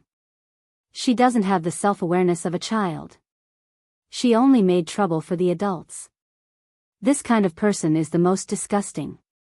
Wang Defang used her loudspeaker to talk to Yun Jian and Qin Yiru. Su Nina, who was standing next to her, also raised her head. She was very interested in listening to Wang Defang scolding Yun Jian and Qin Yiru. However, just as Wang Defang was scolding Yun Jian and Qin Yiru, Wang Defang's man suddenly shouted back at Wang Defang. If it wasn't for Jun Jian's daughter, we wouldn't have been able to catch up with that international criminal. Not to mention whether or not they could catch him. If the higher-ups give us a reward this time, all the rewards should go to Jun Jian's daughter. Chapter 1804. Wang Defang was not wise, but Wang Defang's husband was still a very wise man. As a soldier, his thoughts were naturally not like Wang Defang's. Wang Defeng opened her mouth, but in the end, she could not say anything. Her husband actually said that everything that happened just now was all thanks to Yun Jian. Without Yun Jian, they would not have been able to complete the mission. This explanation shocked Wang Defeng so much that she was stunned. Then, Su Nina, who was beside her, also trembled. Hey! You guys don't know, but that international criminal just now, what international criminal is that? Yunjian's daughter just stepped on that international criminal's head, and that international criminal was so scared that he was trembling all over. Now that the incident had passed, Gu Yunjian's university classmate used a storytelling tone to narrate what happened just now. I'll say. Even if Yunjian's daughter just exploded that international criminal's head, that international criminal did not dare to say a word. Yunjian's daughter is simply too amazing. Ha ha ha. Gu Yunjian's university classmate was getting more and more excited as he spoke, but what he said scared Wang Defeng and Su Nina so much that their faces turned pale. Especially when he said that she exploded that international criminal's head, Su Nina looked deeply at Yun Jian, and her face turned pale. Su Nina had been staying at Gu Yunjian's house for the past few days to freeload, and she was already shameless to the extreme. Later, when Gu Yunjian told her about it, Su Nina's reaction told everyone that no matter what he said, she was still going to freeload at his house. However, at this moment, Su Nina looked at Yun Jian, and her face turned pale. She was really scared. Who could tell her why Qin Yiru looked so easy to bully, but she actually had such a terrifying daughter? At this moment, Su Nina was hugging her son, Su Liao's head, but she was thinking in her heart. She would never go to Gu Yunjian's house again. It was too scary. Compared to her own life, going to Gu Yunjian's house was simply risking her life. Hence, Su Nina slipped away without anyone noticing, and she did not even say goodbye. When Yun Jian saw this, a cold smile formed on her face. Naturally, she knew what Su Nina was thinking. Once she was home, she took a shower and packed her luggage simply. Tomorrow, she was going to the countryside with Chen Sini. She was going to stay there for a period of time, so naturally, she had to bring some necessities. The moment she went to bed, she heard a text message notification sound from her phone. There was a text message from Hua Shi's text message. Where are you going tomorrow? Go to bed, sleep early. She's text a text message, a text a reply. She replied to replies, text a reply to him, replied to reply, a reply to reply. Take a guess, too. After sending the text message, Yun Jian turned off her phone and went to sleep. Ce did not send any more text messages, because he knew that Yun Jian was about to fall asleep. The next day, when Yun Jian arrived at Chen Sini's house, she saw Zhang Xiaofeng helping Chen Sini to load her bags into her car. When he saw that Yun Jian was carrying a simple shoulder bag, he looked at Yun Jian and shouted, "Master." Obviously, Zhang Xiaofeng was going to the countryside as well, and he had probably asked for leave from school. Chen Sini had already gotten into the car. She had just recovered, and it was not suitable for her to stand for too long. Now, her head was leaning against the car. Have you set off? Yun Jian asked Zhang Xiaofeng as she spoke. Master, we're waiting for one more person. Zhang Xiaofeng smiled wickedly at Yun Jian, as though he was betraying his master. Yun Jian glanced sideways at Zhang Xiaofeng. Just as she was wondering what Zhang Xiaofeng's expression meant, someone suddenly wrapped his arms around her waist, and a fresh, familiar scent wafted into her nose. It was him. Ce hugged Yun Jian intimately from behind. Big brother Ce. You're here. Haha. I'll leave first. I'm going to look for Sini. Zhang Xiaofeng laughed as he glanced at Ce. Then, he ran into the car like a wisp of smoke. He originally wanted to call Ce Grand Master, since he was his master's husband. Chapter 1805. Yun Jian was still puzzled yesterday about why Ce had sent her a message asking her where she was going, but she did not think much about it. Today, Ce had appeared. She pressed her lips together as Ce hugged her from the back. Yun Jian looked up at his handsome face and asked, "Didn't you go back to the organization?" I'm done with the organization. I'll be by your side for the time being. Ce looked at Yunjian lovingly, only reflecting her in his deep and beautiful eyes. It was Zhang Xiaofeng who told Ce that Yunjian was going to the countryside to accompany Chen Sini to recuperate. Ce rarely appeared in the past few days after he received the news. He would either show up for a while or leave after a while, staying in the organization to finish all his work and plan to go to the countryside with Yunjian. Leaving all the worldly affairs behind, no one could disturb him and Xiaojian in the tranquil environment of the countryside. Ce had even sent Adam and Immerse away this time. Before he came to look for Yunjian, Ce had told Adam and Immerse to go wherever they liked. Just as Ce's plan was going well, Yunjian suddenly suggested, Xiaozhu and the other two haven't come out to play for a long time. Why don't we apply for leave for them and take them out for a walk? Before Yunjian could finish, Ce's thin lips moved to reject her directly. No. Yunjian was speechless. Yunjian blinked. If they were not at the entrance of Chen Sini's house right now, Ce would have cupped Yunjian's head and pressed his lips against hers directly when he saw how adorable Yunjian was. Jianjian, we're leaving. My grandpa's house is a little far from Longmen City, we have to depart earlier. At this moment, Chen Sini's voice sounded. She couldn't move her head, so she could only shout from the car. 2 hours later, Chen Sini's private car went around many mountains and finally arrived at a place called Jinda Village. Jinda Village was a village near the mountains. From here, it would take half an hour to reach the nearest town. Moreover, Jinda Village was not rich. Every family's house was only 1 story high. When Yunjian was reborn, she came to Xinjiang town. Xinjiang town was a town while this was just a village. Yunjian used to roam the peak of the world, and the simplest place she had been to after her rebirth was probably Xinjiang town. However, a town was still a town. It was definitely much better than the countryside. The people in Jinda village were poor and there was no place to work. They had to go to town to work, but the daily trip to town was not enough to cover their salary. Therefore, the people here usually farmed for a living. Chen Sini's family was not poor. Her mother had asked her grandpa to leave Jinda village more than once, but he refused to leave. Since her grandpa's wife, Chen Sini's grandmother, had passed away early, Chen Sini's grandfather and grandmother had been living in Jinda village since they were children. From learning how to walk to running and jumping, getting to know each other, getting married and staying together for the rest of their lives, Chen Sini's grandmother had passed away early.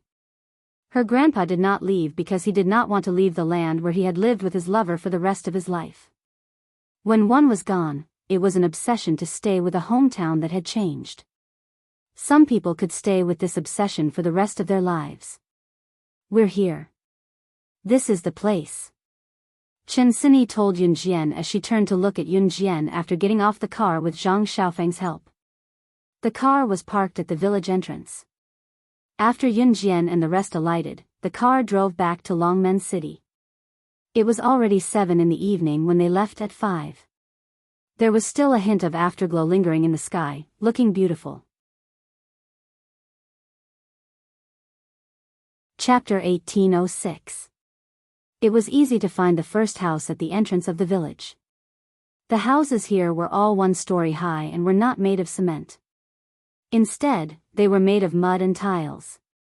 These mud and tile houses were still left in many villages in the modern era and were not demolished. Many villages in the modern era had been replaced with mud and tile houses. However, in 1999, most of the houses in the villages were still mud and tile houses. These houses did not look sturdy and were very simple. It was obvious that these were the houses of the poor. However, in this era, all the houses in the villages were like this. Those who could build cement houses were the richest in the village. The roads in the countryside were not like those in the town or the city. The roads here were all bumpy and filled with cement. It was unrealistic for some people who were used to living in the big cities to move here permanently. However, it was very romantic for rich people to stay here for a short period of time. Fly, fly, fly, fly. The butterfly is flying. Yun Jian saw a few children playing at the entrance of the first house at the entrance of the village. Dong dong, is Grandpa home? Chen Sini looked at one of the children and called out to him. The boy was called He Dong Dong. He was Chen Sini's cousin. He was 6 years old this year and was very smart. Sister Sini. He Dong Dong saw Chen Sini and stopped playing with his friends. He turned around and ran into the house. Grandpa, Grandpa. Sister Sini and brother Xiaofeng brought a pretty sister and a handsome brother back. He Dong Dong shouted as he ran into the house. After a while, an old man with a walking stick came out. This old man was Chen Sini's grandfather, He Qing. He Qing used to be a teacher and was a role model. He was very strict with his children since they were young. Therefore, Chen Sini's mother, He Xia, had the temperament of a lady from a wealthy family. He Qing was now relying on his pension to get by. Sini and Xiaofeng are back. Do you have guests? Quick, come in. He Qing invited Yun Jian and Ce into the house in a friendly manner. Although the house was simple and crude, He Qing still made a cup of tea for Yun Jian and Ce. Yun Jian and Ce didn't dislike it at all. Our pretty big sister and handsome big brother boyfriend and girlfriend? At this moment, He Dong Dong, who had been playing outside, surrounded Yun Jian and Ce with a group of friends and asked curiously. Yun Jian and Ce had outstanding looks. They had never seen such a beautiful young lady and handsome young man before, so they all rushed into the house. A few children even ran to the village to gather all the other children to watch Yun Jian and Ce. Surrounded by so many small heads, Yun Jian felt a little embarrassed. Yes. However, Ce, who was sitting next to Yun Jian, didn't look embarrassed at all in front of so many children. He even hugged Yun Jian's waist and hooked his arm around her waist. The handsome Zhenyan made all the children stare at him in a daze. How could there be such a good-looking big brother in this world? I heard from my big brother that boyfriend and girlfriend means husband and wife. Husband and wife have to kiss and hug each other at night. Shameful. A little girl hugged the little boy next to her and even pouted to show everyone that she wanted to kiss him. Does that mean hugging each other and bumping into each other like my parents? Last time, I secretly saw my dad hugging my mom without wearing any clothes. They were sticking to each other and bumping into each other. A smart kid added. As he spoke, he turned to look at Yun Jian and Ce and asked innocently, "What's wrong?" Chapter 1807. The child asked innocently. He even blinked his eyes when he asked the question. His small head cooperated with the other curious little heads beside him. He didn't even realize that he had just asked such a shocking question. Yun Jian, Ce, Chen Sini, and Zhang Xiaofeng were sitting at an old-fashioned square table in the main room of Chen Sini's grandfather, He Qing's house. At this moment, Yun Jian and Ce were sitting close to each other. Ce was holding Yun Jian's slender waist with one hand intimately. Chen Sini and Zhang Xiaofeng were sitting at the square table, each occupying a seat. After hearing the innocent child's words, Zhang Xiaofeng spat out a mouthful of tea water mixed with his own unique scent. The moment he spat out the tea water, Zhang Xiaofeng turned his head fiercely to prevent himself from spitting the tea water on anyone present. Cough, cough, cough. Cough. Zhang Xiaofeng was viciously robbed of his breath. He really didn't expect these mischievous children to say such things. What was worse was that these children were looking at Yun Jian and Ce with expectant gazes, waiting for Yun Jian and Ce's reply. This, cough, cough, cough. I see that there is still some sunlight outside. Sini, you haven't been in the sun for a long time. Let me bring you out to experience it.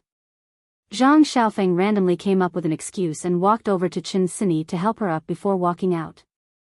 At this time, the sun had already set. Perhaps the sun set later in Jinda village and rose later in the morning, so at this time, there was still a trace of afterglow outside. Grandfather, He Qing, was personally cooking in the kitchen. He said that he wanted to properly entertain Yun Jian and Ce, these two guests who came from afar. After Zhang Xiaofeng found an excuse to bring Chen Sini out of the house, there was only Ce and Yunjian left in the house, along with the rowdy kids who were asking questions without knowing the gravity of the situation. Seeing that Ce and Yunjian were silent, Ce sized up Yunjian with his pair of beautiful eyes that made everything around them pale in comparison. The child who asked the question earlier innocently asked again, "Pretty sister, will handsome brother bump into each other?" "My mom said that only two people who love each other will do this. Doesn't handsome brother like pretty sister?" After the child finished speaking, all the children looked at Yunjian and Ce curiously. Yunjian's face was flushed the moment the child spoke. Ce's lips curled into a wicked smile. From beginning to end, he didn't move his eyes away from Yunjian's body. Under the expectant gazes of the group of children, Ce withdrew his hand from Yunjian's slender waist and said with a gentle gaze, "Her entire body is mine. Every part of her body belongs to me, so, what do you think?" Ce didn't say it out loud. When the child asked such an innocent and bashful question, Ce and Yunjian reacted differently. Yunjian's face turned slightly red, and her cheeks even turned pink. On the other hand, Ce's initial reaction was to raise his handsome face. That devilishly handsome face of his really deserved a beating. Then will handsome brother and beautiful sister really bump into each other? The child opened his not-so-good-looking face and smiled. He seemed to be bored, so he asked another question. "Idiot, handsome brother means that he and pretty sister definitely won't stop at bumping into each other." At this moment, Chen Sini's cousin, He Dong Dong, added on mischievously. After he finished speaking, Yunjian's face turned even redder. The surrounding children all giggled. The child was still unsatisfied. He looked at Ce and asked curiously, "Then will the handsome brother hug the beautiful sister while bumping into her, kissing and hugging at the same time?" "My parents will do that." Chapter 1808. Yunjian felt like smacking Ce to death. He was probably the only person in the world who could say such things in front of a large group of children without blushing or skipping a beat. Most importantly, the group of children in front of him were all inexperienced children who did not know much about the world and were not scheming. They were all children who spoke without thinking. "What are you talking about?" Yunjian nudged Ce with her elbow as she was pulled into Ce's embrace. To Ce, it sounded like she was being coquettish with him. Subconsciously, his lips curled upwards. Ce, who did not feel any pain from being nudged by Yunjian, wished he could keep her in his arms for the rest of his life. He was willing to listen to her whining for the rest of his life, just like how she whined to him just now. He really wanted to devour her without leaving any bones behind so that she could never leave his side. "Do you like children, Xiao Jian?" Ce's lips pressed against Yunjian's ear, his mellow and alluring voice lingering around Yunjian's ears. Yunjian heard it clearly. Yunjian did not think much of Ce's sudden question. Children? If one were to ask if Yunjian liked children, one would have to look at the type of children they were. Why was that? Yunjian liked children like her younger brother, Xiao Yunju, Duanli, and Duanya, who were obedient and a little lively when necessary. However, if they were like the brats she had met in the past who were unreasonable, and took the lead to bully kids younger than them, if they were brats like that, she would not like them. Ce watched as Yunjian's pretty face wore a thoughtful expression. As he watched, he could not help breaking into a grin. The group of children who stood around watching Yunjian and Ce were like curious babies. They did not make a sound but kept looking at Yunjian and Ce. "Does pretty sister like a kid like me? Not only can I recite the text, but I can also help my parents with the housework." A little boy confidently patted his chest and said to Yunjian, Me too. I'm so cute, pretty sister must like me, right?" A little girl with 2 ponytails shook her head.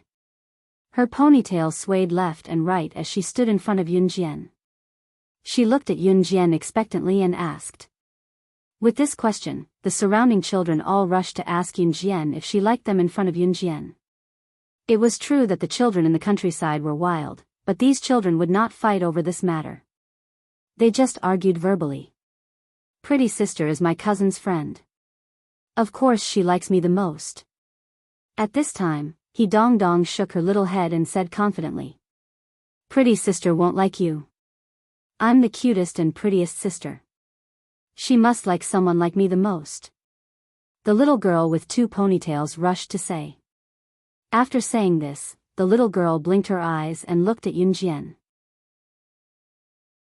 She looked at Yunjian with a pair of eyes that seemed to be able to speak.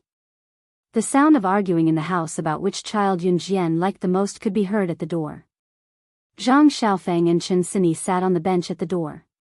Because Chen Sini's head hurt, Zhang Xiaofeng let Chen Sini lean her head on his shoulder. The cousins who usually bickered the most were the most harmonious at this time. If it was in the past, Zhang Xiaofeng would always tease Chen Sini. But recently, because Chen Sini's head hit the ground and she almost died, he was very careful even when supporting Chen Sini. They would still argue a little, but now it was Zhang Xiaofeng who was the weaker one. Hey! Good thing we came out. Those kids in the house are too scary. Hearing the noise coming from the house, Zhang Xiaofeng could not help but complain. Chen Sini leaned her head on Zhang Xiaofeng's shoulder and grinned. She was really happy that Yunjian could be so happy. At this moment, a muffled male voice came from the house. That mellow and pleasant voice immediately stopped the quarreling children in the house. The words that came out of Siyi's mouth were overbearing and arrogant, as if she was fighting over a lollipop with a child. Chapter 1809. Siyi's expression was fierce, like a bully who had snatched a lollipop from a child's hand and told the child to go to the store to buy another lollipop for him. Siyi's behavior stunned the group of children present for quite a while. Among them was a 4-year-old girl who had been standing in the corner since the beginning. She had been looking at Yunjian and Siyi with great interest. In the end, it didn't take long for the surrounding boys and girls to start quarreling. The 4-year-old girl wasn't very sensible to begin with. Children in the countryside were usually left to their own devices. When they were young, they would be allowed to follow a large group of children to go out and play with a large group of children.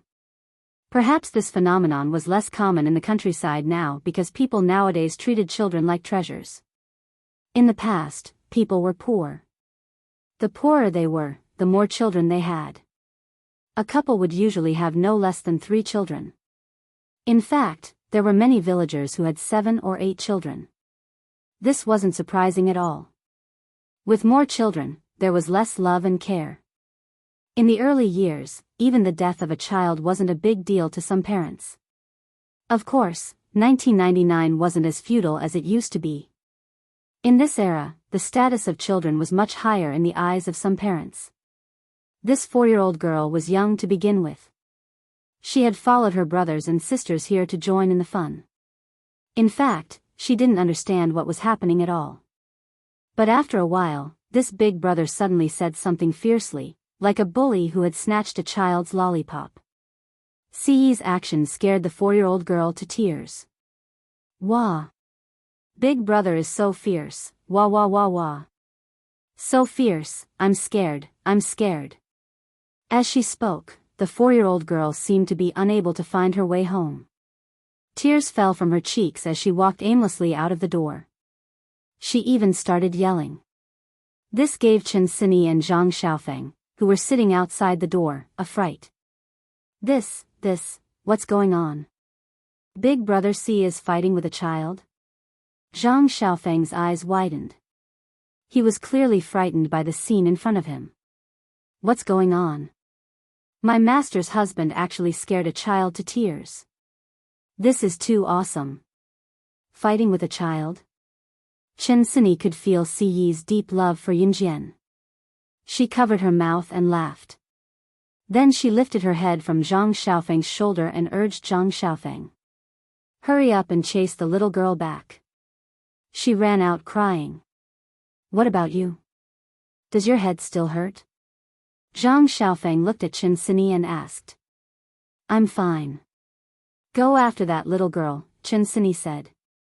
Before Chen Sini could finish, Yunjian walked out of the house. Si followed behind her. A large group of children followed behind them. Ce was probably the only person who could talk to a child and make them cry. Yunjian glanced at him, then chased after the crying little girl. After the little girl walked out of Yiqing's house, she started crying and running at lightning speed. In the countryside, neighbors lived next to each other. Now that the sky was completely dark and the street lamps were lit up, these neighbors liked to sit at the door and chat with their neighbors before it was time to sleep after dinner. In this era, there were no smartphones or electronic products. Other than working and eating, people were used to sitting together and chatting. When the neighbors saw the little girl running back in tears, they curiously took a few more glances at her. Although the little girl's legs were short, her running speed was not slow. The little girl's house was not far away. In the blink of an eye, the little girl rushed into the house. Not long after, an old lady in her 50s or 60s walked out fiercely with the crying little girl in her arms. "Granny, an older brother is bullying me. Boo-hoo, he's so fierce, so fierce." The little girl hung on the old lady's arms and cried loudly. Granny was the local dialect for calling a grandmother. Old ladies in the countryside usually favored boys over girls. Of course, when their own daughter quarreled with other people, the old lady was not stupid. She would definitely help her own daughter. Seeing Yunjian and Ce walking over and hearing her daughters crying, the old lady glanced at Ce and scolded her without asking for the reason.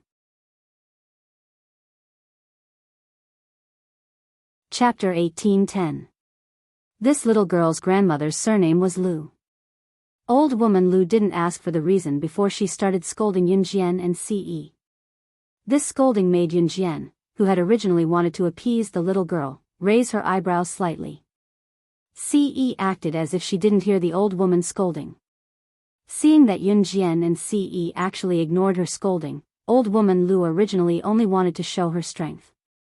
After all, Yunjian and Ce were from the city.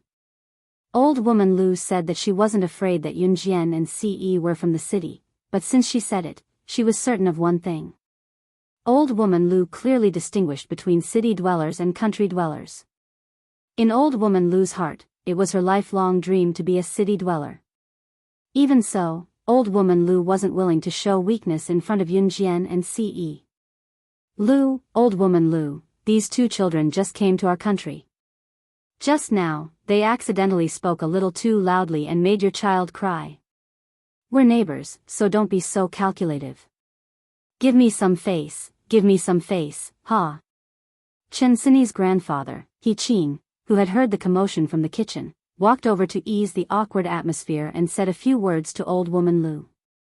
Seeing that Yiqing was speaking up for Yunjian and Ce, old woman Lu glanced at Yunjian and Ce again and didn't pursue the matter. "Yiqing, I'll still give you some face, but these two people from the city are too rude. They made my granddaughter cry the moment they arrived.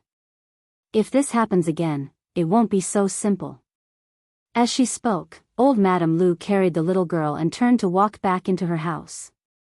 Yunjian and Ce didn't say anything. To be honest, it was indeed Ce who had made the little girl cry. Although old Madame Lu's tone was disgusting, she had to be reasonable. She wasn't afraid of being scolded, and it wasn't like she would lose a piece of meat. However, what made Yunjian's mouth twitch was that just now, was he angry with a child because of her? Thinking of this, Yunjian's heart was filled with warmth. She ran out crying on her own. Ce saw that Yunjian was looking at him. He was afraid that Yunjian would be frightened by his fierce attitude and stay away from him, so he hurriedly explained. This was the first time that Yunjian had seen Ce like this. She lowered her head and couldn't help but snicker. How adorable. If Ce heard what Yunjian said in her heart, Ce would probably press her against the wall and kiss her for 3 days and 3 nights. When old woman Lu walked into the house, the surrounding neighbors, who had curiously watched as the little girl rushed into the house and called her grandmother out to support her, turned to look at Yunjian and Ce. "Yiqing, are these your relatives? These two children are so handsome." An old lady sitting at the side smiled as she looked at Yiqing. No. These two children are my granddaughter's friends. They came to the countryside to play, He Qing explained with a smile.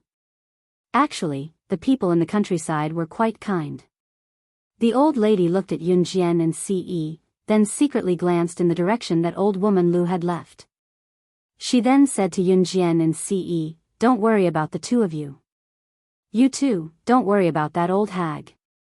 Old hag Lu is famous in our village for being a shrew. If anyone provokes her, it's like stepping on a dog's tail. Don't be afraid, Granny can protect you two here." The old lady really thought that Yun Jian and Ce were being bullied, so she said this.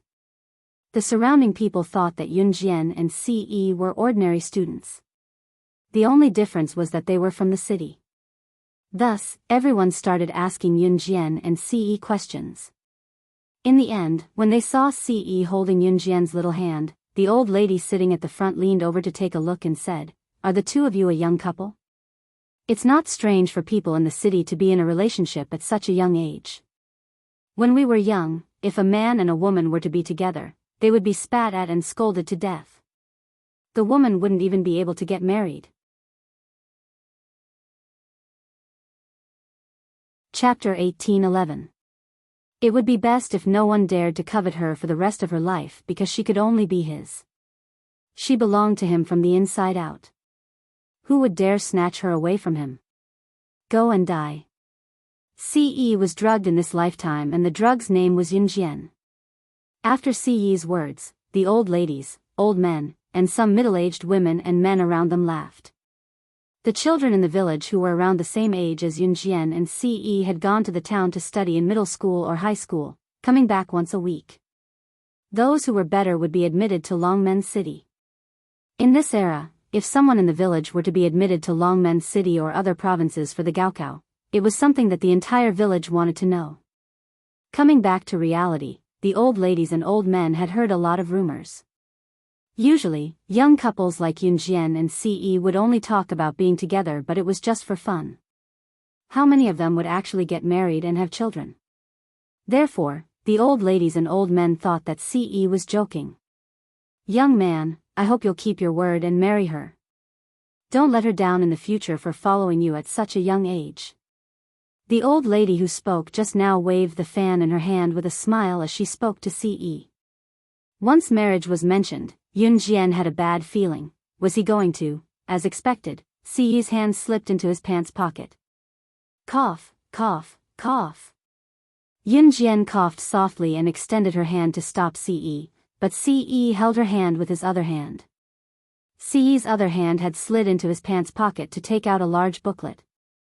Country R's marriage certificate was different from the red booklet in Country Z. Country R's marriage certificate was similar to a certificate of merit and came in many different styles. One could choose from a cartoon, a landscape, or a variety of other designs. Yun Jian and Ce's marriage certificate was white with a clean background. At this moment, Ce had already taken out the marriage certificate from Country R from his trouser pocket. Yun Jian was speechless. This feeling was a mysterious sense of déjà vu. "This is Country R's marriage certificate for Xiao Jian and I. We've registered our marriage here." After Ce showed off the marriage certificate in front of everyone, she carefully put it back into her pocket. The group of old ladies and old men who had been wondering if Yun Jian and Ce were just playing around like other couples were dumbfounded. They're both married? He even went to Country R to register? How urgent was this? Cough. You guys actually went overseas to register. This. The old lady was truly speechless. She had only heard of couples where the man treated the girl's feelings as child's play and tricked the girl into sleeping with him before abandoning her. She had never heard of or seen a man like Ce who went overseas to register his marriage for Yun Jian and protected the marriage certificate like it was a treasure. I'm afraid this kind of guy is already extinct. She did not expect to see him here today. Just as the old ladies and grandpas around them gasped in shock, the child who had asked Yun Jian and Ce if they would bump into each other at He Qing's house spoke up suddenly in front of everyone. "What's the matter?" "Wow. Pretty sister and handsome brother aren't just dating, they're husband and wife. Is this the same relationship as my parents?"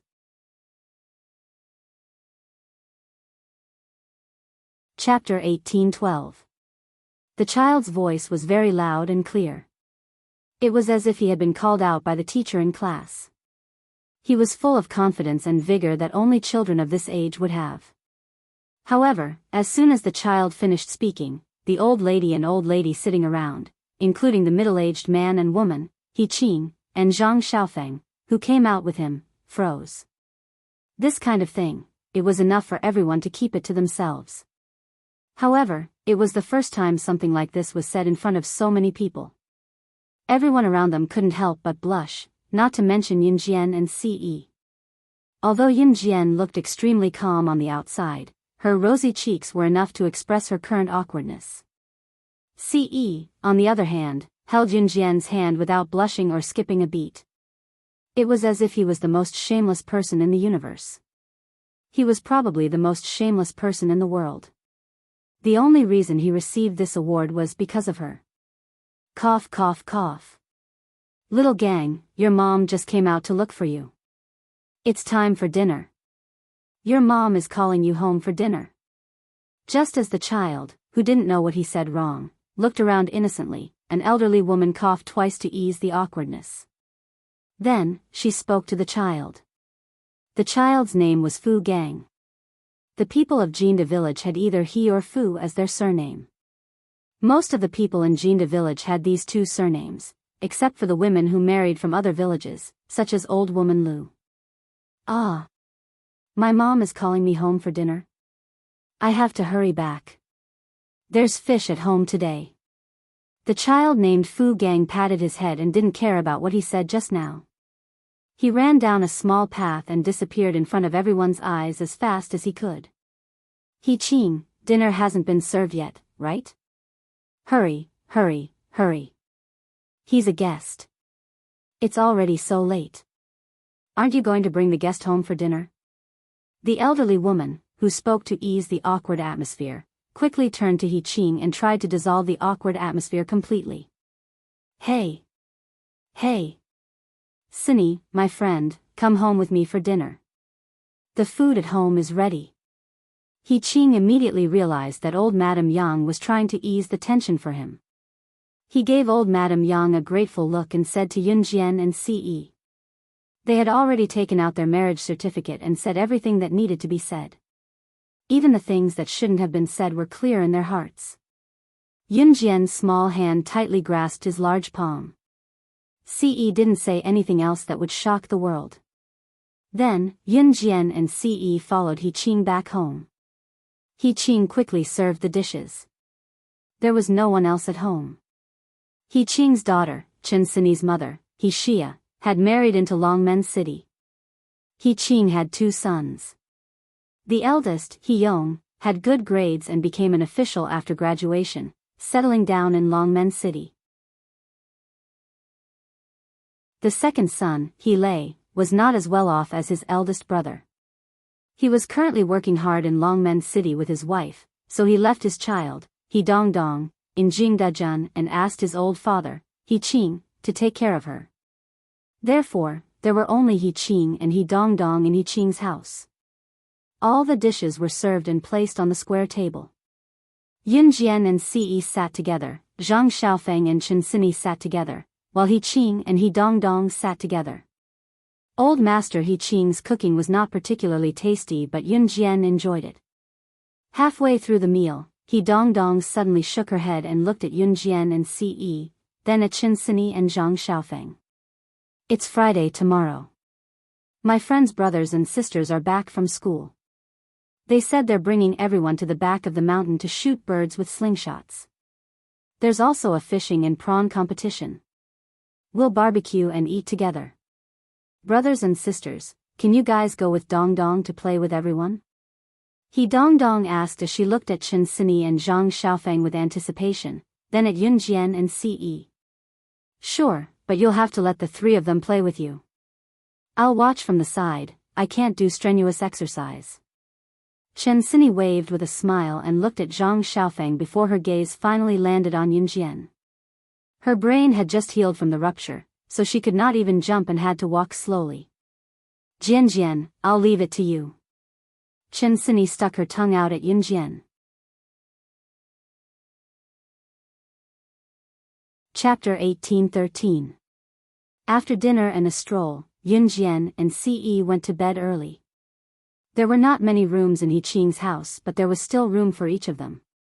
Ce shamelessly followed Yunjian into her room. The rooms in Hiqing's house were connected one by one and the soundproofing was poor. For example, even if one farted in one's room, the room next door could hear it. In the beginning, Ce wanted to touch Yunjian's outstretched hand, but when Yunjian slapped his hand away, there was even a loud fart from next door that sounded like a lion's roar. Ce retracted his pig trotter hand in silence. It was a dreamless night. Yunjian woke up in the afternoon the next day.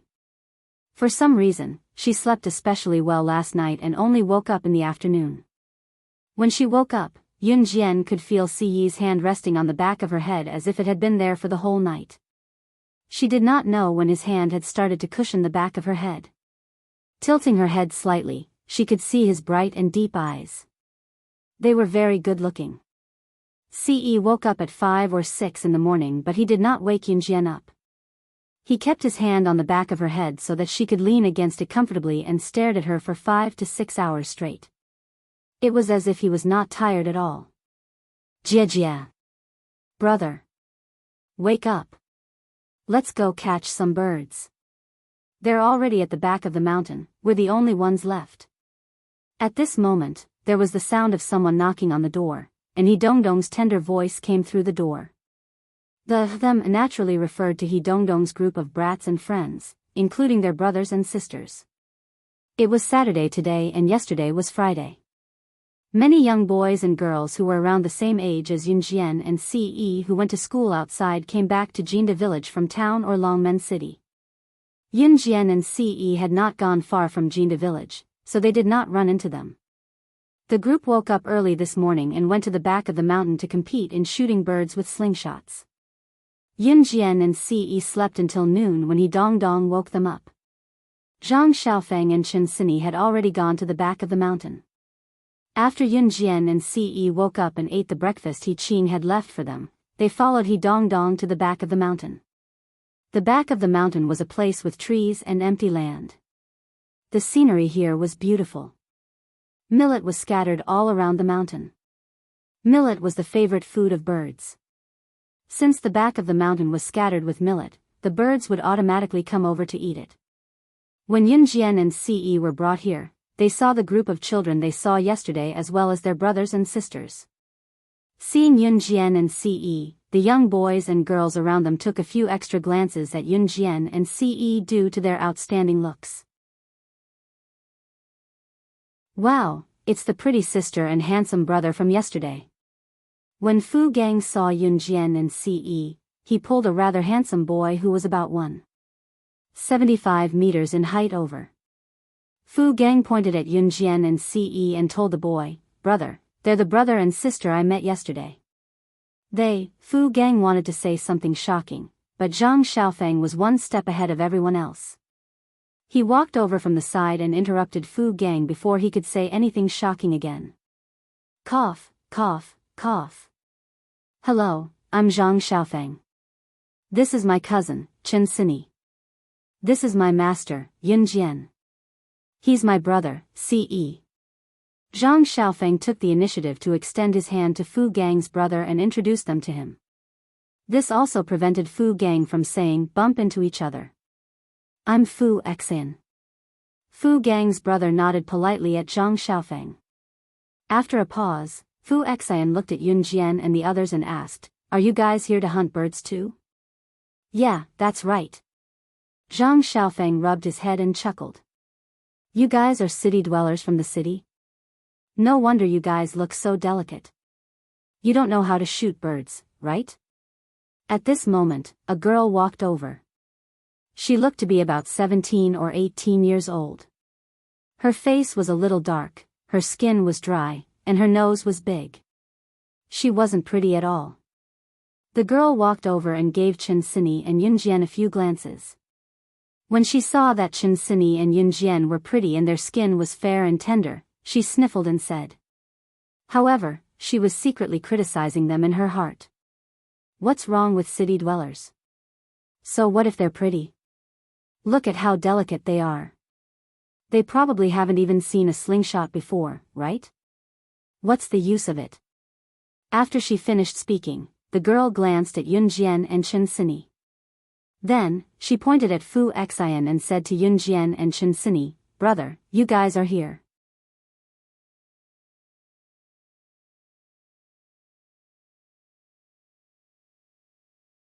A stone bounced over. Not only did it fail to capture the bird, but it also scared it away. He Mingyu did not think it was inappropriate. When she turned around and saw Yunjian looking at her nonchalantly, she was annoyed and suddenly looked up to tell Yunjian smugly, "What the hell? What are you looking at? Haven't you seen people using slingshots and small stones to shoot birds? I can tell you're from the city. You really don't know anything." He Mingyu then swung the slingshot in her hand, pretending to be very powerful as she flaunted to Yunjian and Ce, who was standing next to Yunjian. She spoke as if she were a Superman in the universe. "There's nothing to say about my brother Xian's strength.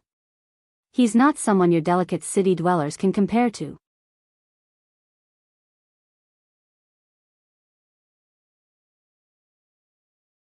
Chapter 18:15. He Mingyu spoke as if she was a sharpshooter who never missed a single shot. She was extremely cocky. That's true. Mingyu is the best girl in Jinda village.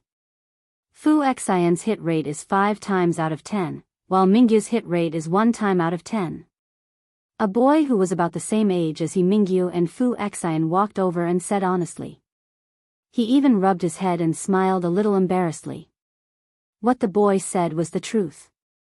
The group of people around them were all children from the countryside, except for Gu Lioli, who was from a wealthy family in town.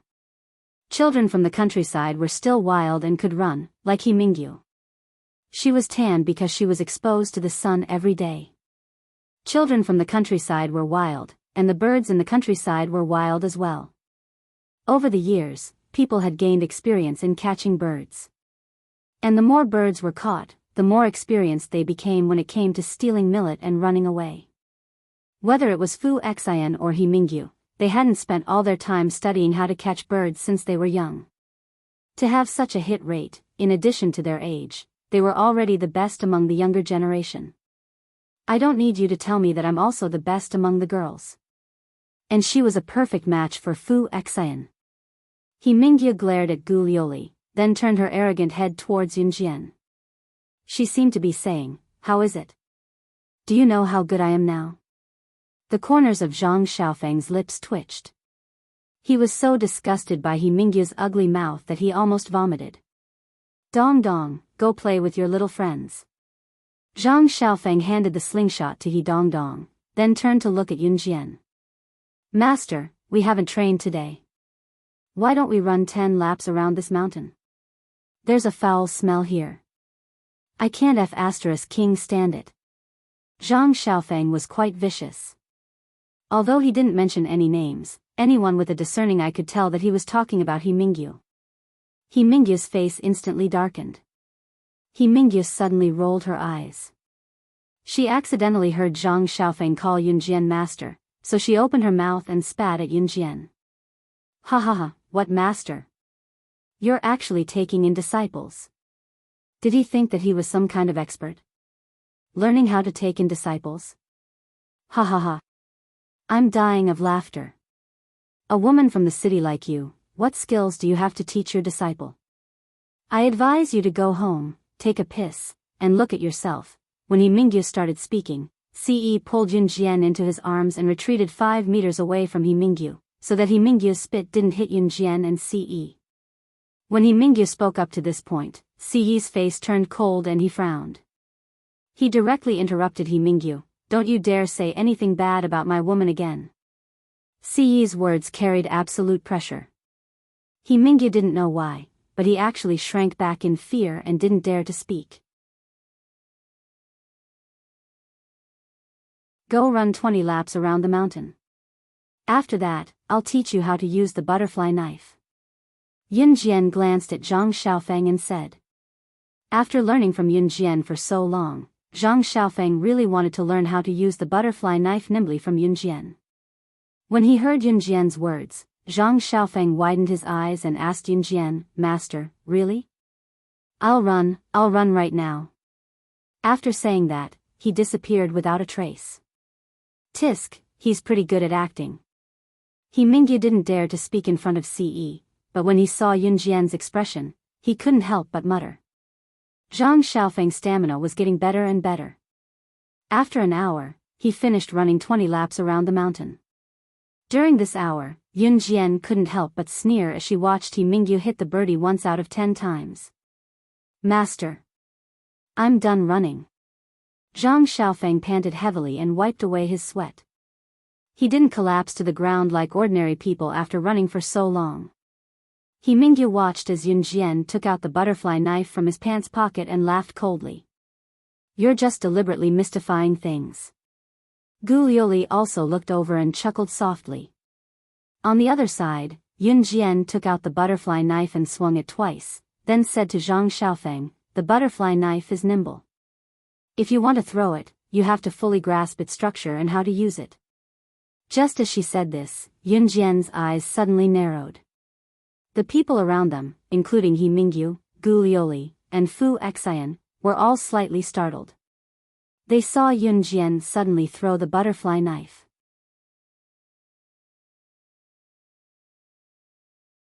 Chapter 18:16. The butterfly knife was called a butterfly knife because its blade was very similar to a butterfly. A butterfly had a body and 2 wings. When the wings were folded, they could wrap around its body. The butterfly knife was the same. The blade of the butterfly knife was the body of the butterfly. If a normal knife was to be stored, it would be stored in the scabbard. However, the butterfly knife's scabbard wasn't a single scabbard. It had 2 scabbards, one on the left and one on the right. When the 2 scabbards were folded together, the blade of the butterfly knife could be stored. The 2 scabbards were like the wings of the butterfly, which could be folded together at will. In other words, the difference between a normal knife and a butterfly knife was that the moment the blade of the butterfly knife was cut, the 2 scabbards could be combined together to form a normal knife. One could also grab a scabbard and throw it out to hold the blade of the other knife. To put it simply, the butterfly knife was a tool that could be transformed into a normal knife or a non-normal knife. If a person who didn't know how to use a butterfly knife grabbed a scabbard and threw the butterfly knife away, it was very likely that they would accidentally injure themselves. Therefore, when many people first learned the butterfly knife, they would practice for a long time with a non-edged knife. When Yunjian nimbly played with the butterfly knife in her hand, He Mingyu, Gu Liuli, and the others in the distance were already dumbfounded. The group of children around them had never seen such a knife. Even if they had never seen a butterfly knife that could be assembled into a normal knife by dropping a blade and 2 scabbards. Moreover, they had never seen anyone play with the butterfly knife so smoothly. Wow! Pretty Big Sister is not only pretty, but also amazing. Yeah. Pretty Big Sister is amazing. Pretty Big Sister is so amazing and beautiful. When I grow up, I also want to marry a pretty big sister like her. The large group of children were all in their childhood stages. They were innocent and said whatever came to their minds. Seeing that Yunjian could play with a knife so nimbly, the group of children was dumbfounded. Even Fu Xian looked at Yunjian with a somewhat crazed gaze. Su Mingyu and Gu Liuli, who were watching from afar, clenched their fists tightly. They were so angry that they wished they could go over and give Yunjian a beating. But at that moment, Yunjian suddenly sheathed her knife. She held the 2 scabbards together, making the butterfly knife look like an ordinary knife. With the blade below, she held the scabbards that formed the handle. Her eyes flashed as she narrowed them. G. Cha cha cha cha cha. Creak creak creak. Not far away, because no one went to disturb them, a large flock of birds had already landed on the ground to look for food. They even let out satisfied cries after eating the millet. It was also at this moment that He Mingyu, Gu Liuli, Fu Xian, and all the children saw a horrifying scene that they would never forget for the rest of their lives. The butterfly knife in Yunjian's hand suddenly flew towards the flock of birds. Her knife was so fast that no one could see it clearly with their naked eyes. The saber flew out from his hand. With lightning speed, it flew towards the flock of birds that had sensed danger and were fluttering in the air in an attempt to escape. The butterfly knife borrowed momentum and didn't merge. The blade and the two scabbards formed an ordinary dagger, and it flew through the flock of birds that were trying to escape. The short blade pierced through the abdomens of 3 birds that were trying to escape, nailing the 3 birds to the blade. Her knife skills were accurate. Yunjian's butterfly knife didn't just hit the birds' abdomens. This time, it didn't pierce through just one bird's abdomen. Instead, like skewering mutton, it nailed 3 birds to the blade of the butterfly knife. This scene caused an uproar. Silence. Dead silence.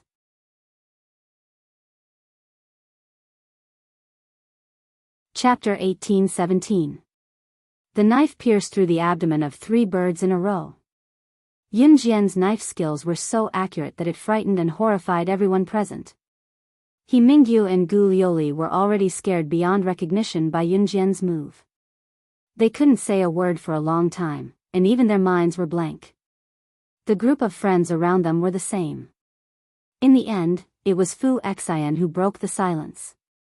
He looked at Yunjian in amazement and said, "So, amazing, they originally thought that the girls from the city were all delicate and didn't know how to do this or that. But to be honest, Yunjian's actions completely overturned everyone's understanding. My master. Of course she's amazing. You guys haven't seen her at her best. That simply can't be described with words."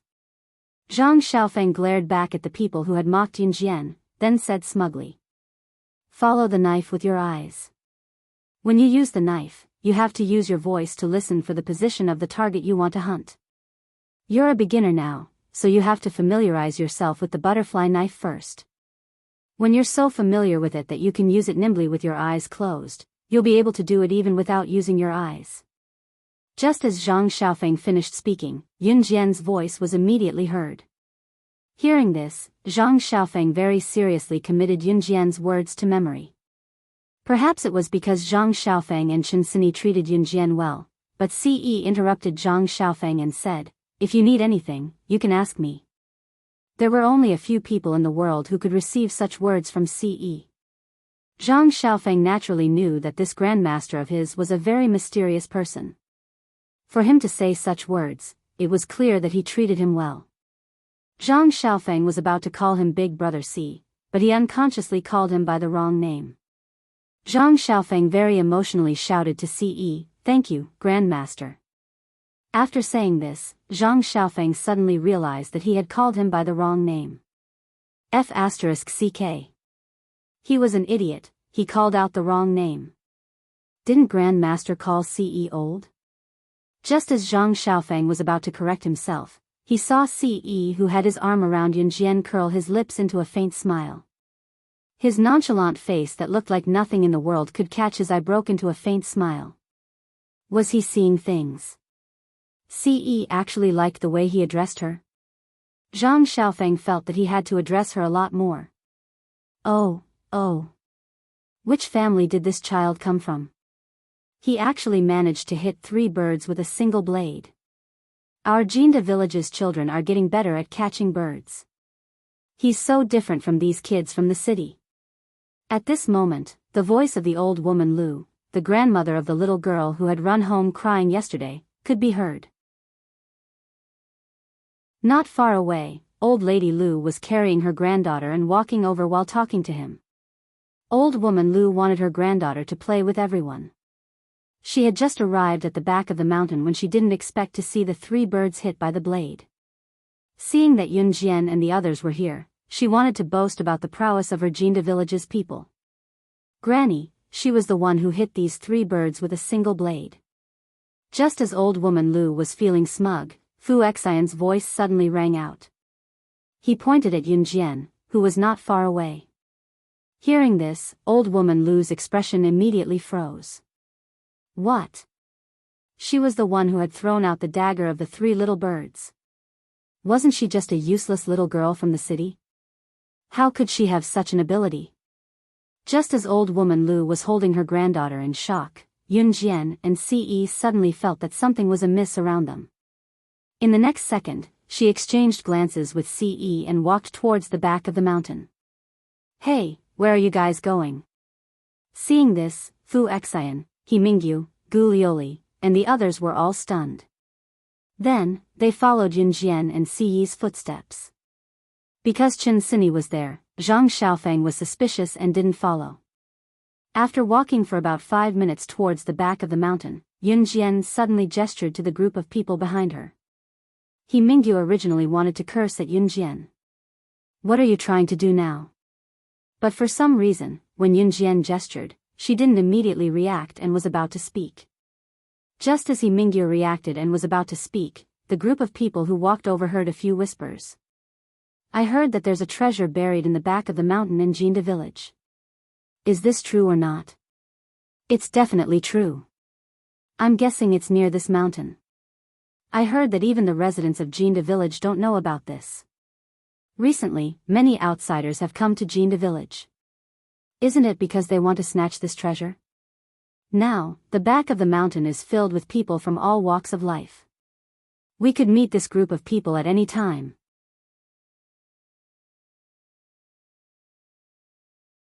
Chapter 18:18. Listening to their conversation, Yunjian and Ce's eyes glinted as they stood in the dark. He Mingyu, Fu Xian, and Gu Lioli covered their mouths tightly and widened their eyes. They forced themselves not to make a sound as they watched the scene unfold before them. Thankfully, the children who were still in primary school didn't follow them. Old woman Lu didn't follow them either, so they didn't make a sound. The reason why He Mingyu and the others were frightened was because the two men standing in front of them were holding 2 pistols in their hands. Listening to the conversation between the two of them, it was clear that the guns in their hands were definitely real.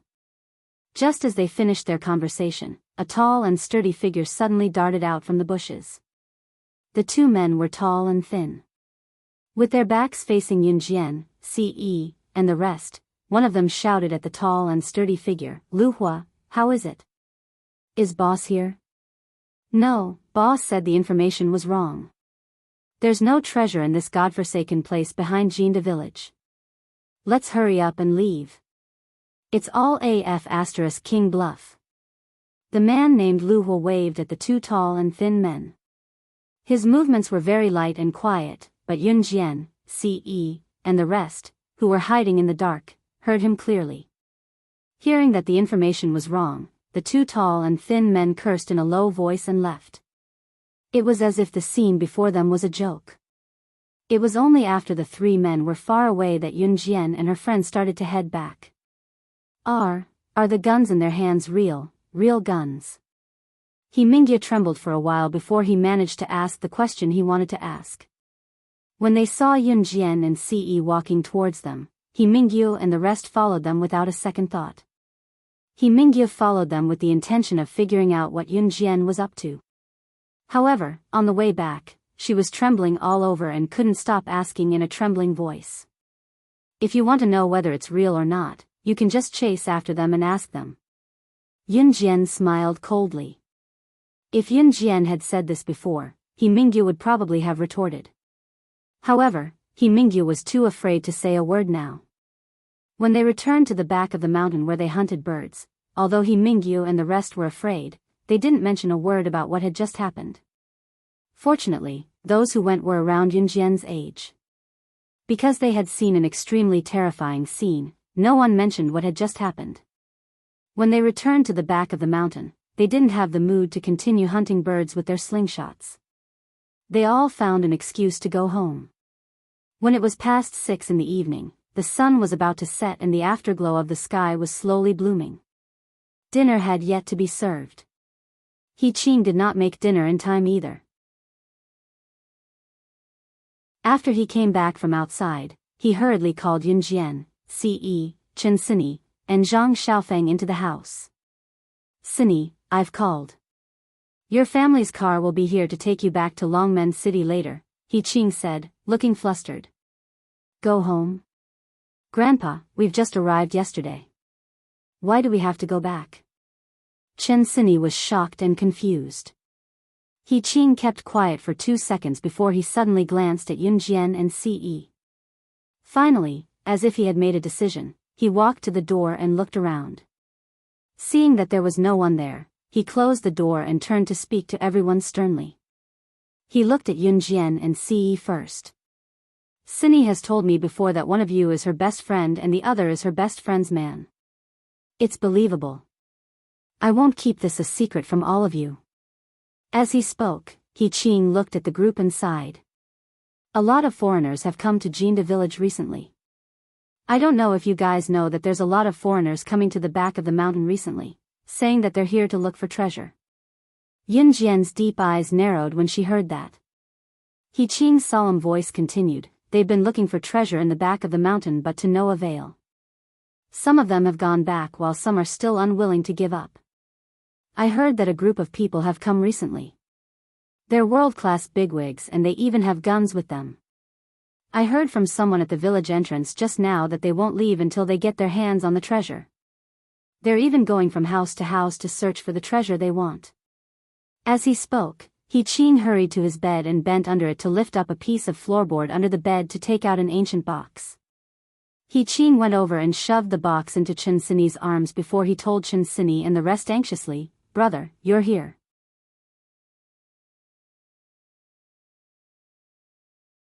Chapter 1819. Grandpa. Then what are you going to do? Chen Sini had never heard of this before, let alone the fact that her family had an ancestral treasure. She was completely stunned and asked after a moment of silence. He Qing's words made Yunjian blink as well. The fact that He Qing could say this in front of her and Ce was proof that he trusted her and Ce a lot. Zhang Xiaofeng was equally stunned by He Qing's words. Ce, who was beside them, acted like he did not hear He Qing at all. As the leader of an Hun group, what treasure could Ce not have? To Ce, those rare treasures were not as precious as his Shao Jian. His treasure was Shao Jian. Other than that, no one or anything could replace it. Dong Dong and I will stay here. Don't worry, it'll be fine. Those people don't even know that the treasure is in our house. Anyway, Sini, take it and leave quickly. Your family's car will drive to the village entrance to pick you up later. He Qing said solemnly. This family heirloom had been with the He family for a long time and had been passed down for many generations. About a year or two ago, someone suddenly spread the news that there was a treasure in the mountain behind Jinda village. The villagers did not know about it, but it was a hot topic outside. There were many people who came to the mountain behind Jinda village to search for the treasure but to no avail. Basically, they would leave when they did not find the treasure after searching the mountain behind Jinda village. However, the group of people who came these 2 days was said to be sent by an international bigwig. All of them were armed with guns. It was obvious that they were gangsters. When He Qing was in the village just now, he heard them say that they would not leave until they found the treasure. He Qing panicked. He quickly called Chen Sini back, planning to have her leave with the treasure. As they spoke, a car honked at the door. He Qing got Chen Sini to hold the antique box tightly and told everyone to pack up and leave. The car's here. Sini, go back to Longmen City quickly and pass this box to your mom. Don't let your eldest and second uncles know about it. He Qing reminded Chen Sini. He Qing knew very well that his eldest and second sons were greedy. If they knew that there was a treasure in their house, they would sell it for money immediately. As he spoke, He Qing led Chen Sini, Yunjian, and the others out of the door. However, as soon as he walked out of his house, He Qing saw a car parked not far away. Beside the car stood a group of ferocious-looking people. This group of fiendish people had guns in their hands. And the leader of this group of fierce-looking people was the man with a tattoo on his chest standing at the very front. Beside him was someone He Qing was familiar with. Liang, why are you here? He Qing looked at the leader of the group of people in surprise. Beside him stood a person who was about the same age as him and looked very much like him. The person called Liang was He Qing's younger brother, He Liang. Brother, what's this thing in your granddaughter's arms? Where are they going? He Liang's eyes shone when he saw what Chen Sini was holding. He Liang. Do you know what you're saying? The menacing men around them were obviously the world-class bigwigs. He Qing's eyes widened in shock when he heard He Liang's words. You don't have to call me by my full name, brother. I can hear you. He Liang said to He Qing in a sarcastic tone. After saying this, He Liang, who had wanted to put on an act just now, immediately revealed his true colors. Ha, brother. You're so nice to me. Our father was so nice to you when he passed away. He even passed on such a precious thing to you. If it wasn't for my neighbor, old Wang, who overheard the conversation between you and our father, I wouldn't even know that our family had passed on such a treasure.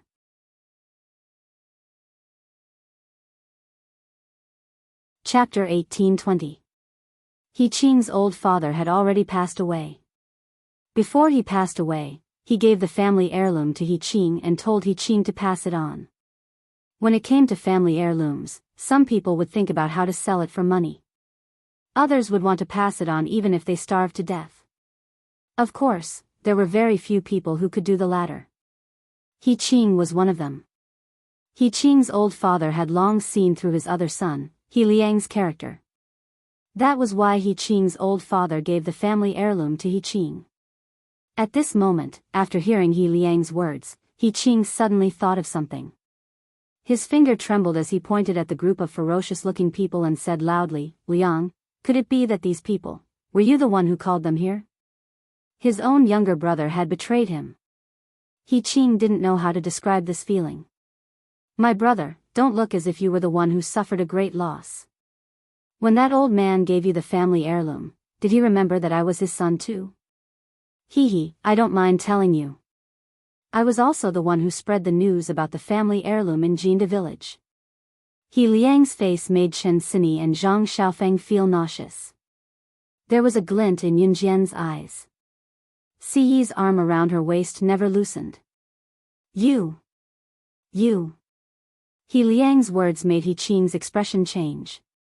He Qing couldn't believe that his younger brother would betray him like this. He clutched his heart and was so angry that he almost vomited blood. What are you guys waiting for? Hurry up and snatch the treasure. It's in that girl's arms. He Liang suddenly said to the leader standing next to him as he pointed at Chen Sini. Next to He Qing's house was the sports field of Jinda village. Therefore, all the villagers were attracted by the commotion and came to see what was going on. Whether it was the old woman Lu, He Mingyu whom Yunjian and the others met in the back of the mountain, Gu Lioli, or Fu Xian's group, they all heard the commotion and came over. When they saw the leader standing there with a group of fierce-looking people, and each of them holding a shiny pistol in their hands, these ignorant people in the village all turned pale with fright. How dare you order me around? The leader glanced at He Liang and waved his hand, ordering his men to arrest He Liang. What are you doing? Didn't you say that you would share half of the treasure with me? You. He Liang was still in shock when he was pinned down. He only calmed down when the leader's subordinate pointed the gun at his head. My name is Henry, I'm the younger brother of D Country's arms tycoon, Henry Livy.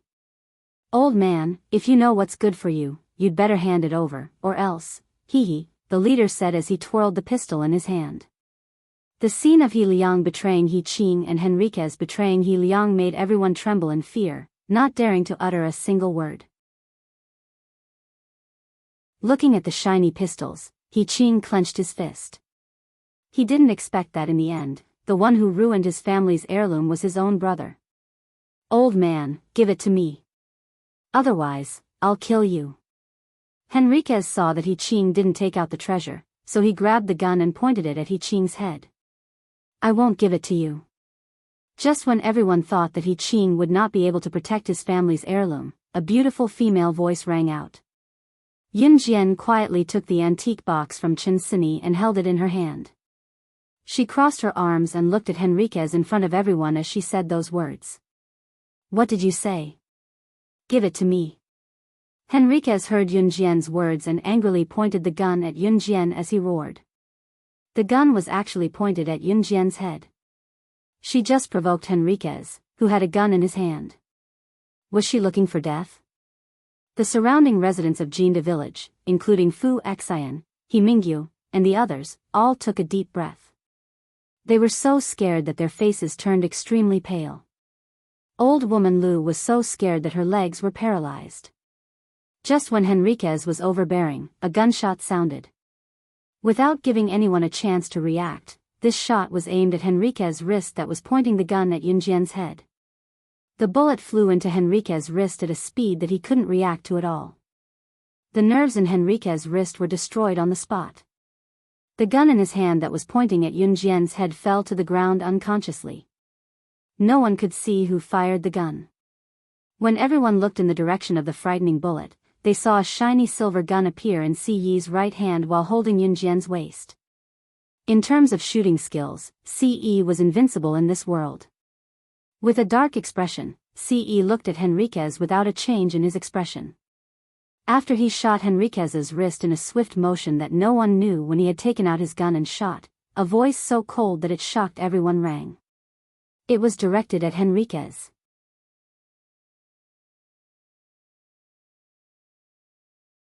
Chapter 1821. The surrounding people were shocked by Si Yi's actions. What was even more frightening was that Si Yi also had a gun. And all of Henry's subordinates also had guns. Even if everyone knew that Si Yi had a gun, they would never have thought that Si Yi would do such a thing. Just because Henry pointed his gun at Yunjian, Si Yi fired at him.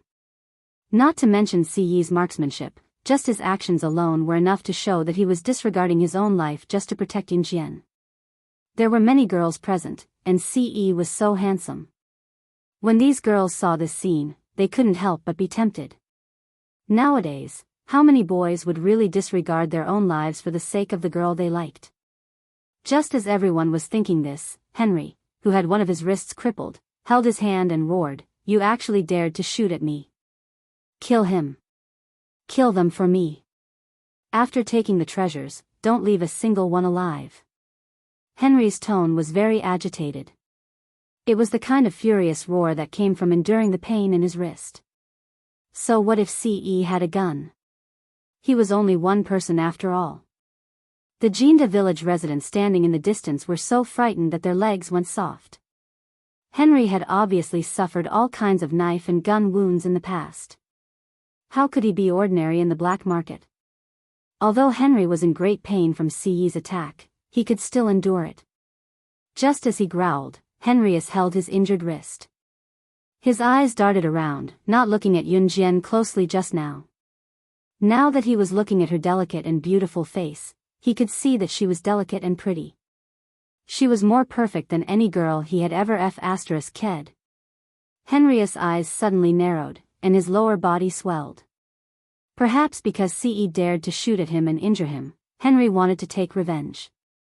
He pointed at Yunjian and said to his subordinates, "Don't kill this girl. Kill everyone else. Hee. How dare you injure me? I'll king rape your woman in front of the whole village." The person Henry wanted to take revenge on was naturally Si Yi, who had hurt him. He was the younger brother of the D country's military tycoon, Henry Liwei. How could a brat like him provoke him? Originally, Si Yi didn't plan to make a move, but after hearing Henriquez's words, Si Yi's eyes flashed with a strong killing intent. Even he himself could not bear to touch his Xiao Jian. "You can prepare to die now." Si Yi let go of Yunjian's waist and took 2 steps towards Henry. Yunjian blinked. "What did you say?" Henry glared at Si Yi. However, the moment Henriquez spoke, Si Yi's tall figure appeared in front of Henriquez like a phantom. He directly passed by Henriquez's subordinates who were protecting him, his speed as fast as a bolt of lightning. Raising his hand, the gun in his hand was pressed against Henriquez's temple before his men could even react. Without any hesitation, the bullet went straight into Henriquez's temple with a bang. The residents of Jinda village had never seen such a scene. At the same time, the residents of Jinda village retreated 3 feet in fright, their faces drained of color. He killed someone. The second before Henriquez closed his eyes and stopped breathing, his eyes widened in disbelief as he fell to the ground. His subordinates were all highly trained assassins. These assassins could even buy him time to escape the pursuit of a top 10 international secret agent or assassin ranking. However, CE just now was like a phantom, appearing in front of him in seconds and killing him directly. Such skill, other than slaying God who ranked first in the international secret agent ranking, no other male in the world could do this. Could he be from an Hun group? However, before Henriquez could think further, his body had already fallen to the ground. The surrounding residents, including Fu Xian, He Mingyu, and the rest, had a drastic change of expression as they retreated to the corner of the wall in fear. Even Henry's men were stunned by CE's simple yet fast speed that could not be captured by the naked eye. At this moment, CE had put away the gun in his hand. With both hands in his trouser pockets, he kicked Henriquez's body more than 10 meters away, causing Henriquez's body to fall onto Henriquez's most prized subordinate. In front of everyone, CE's mellow voice that was so cold that it was frightening rang. He spoke openly about his identity to Henry's subordinates.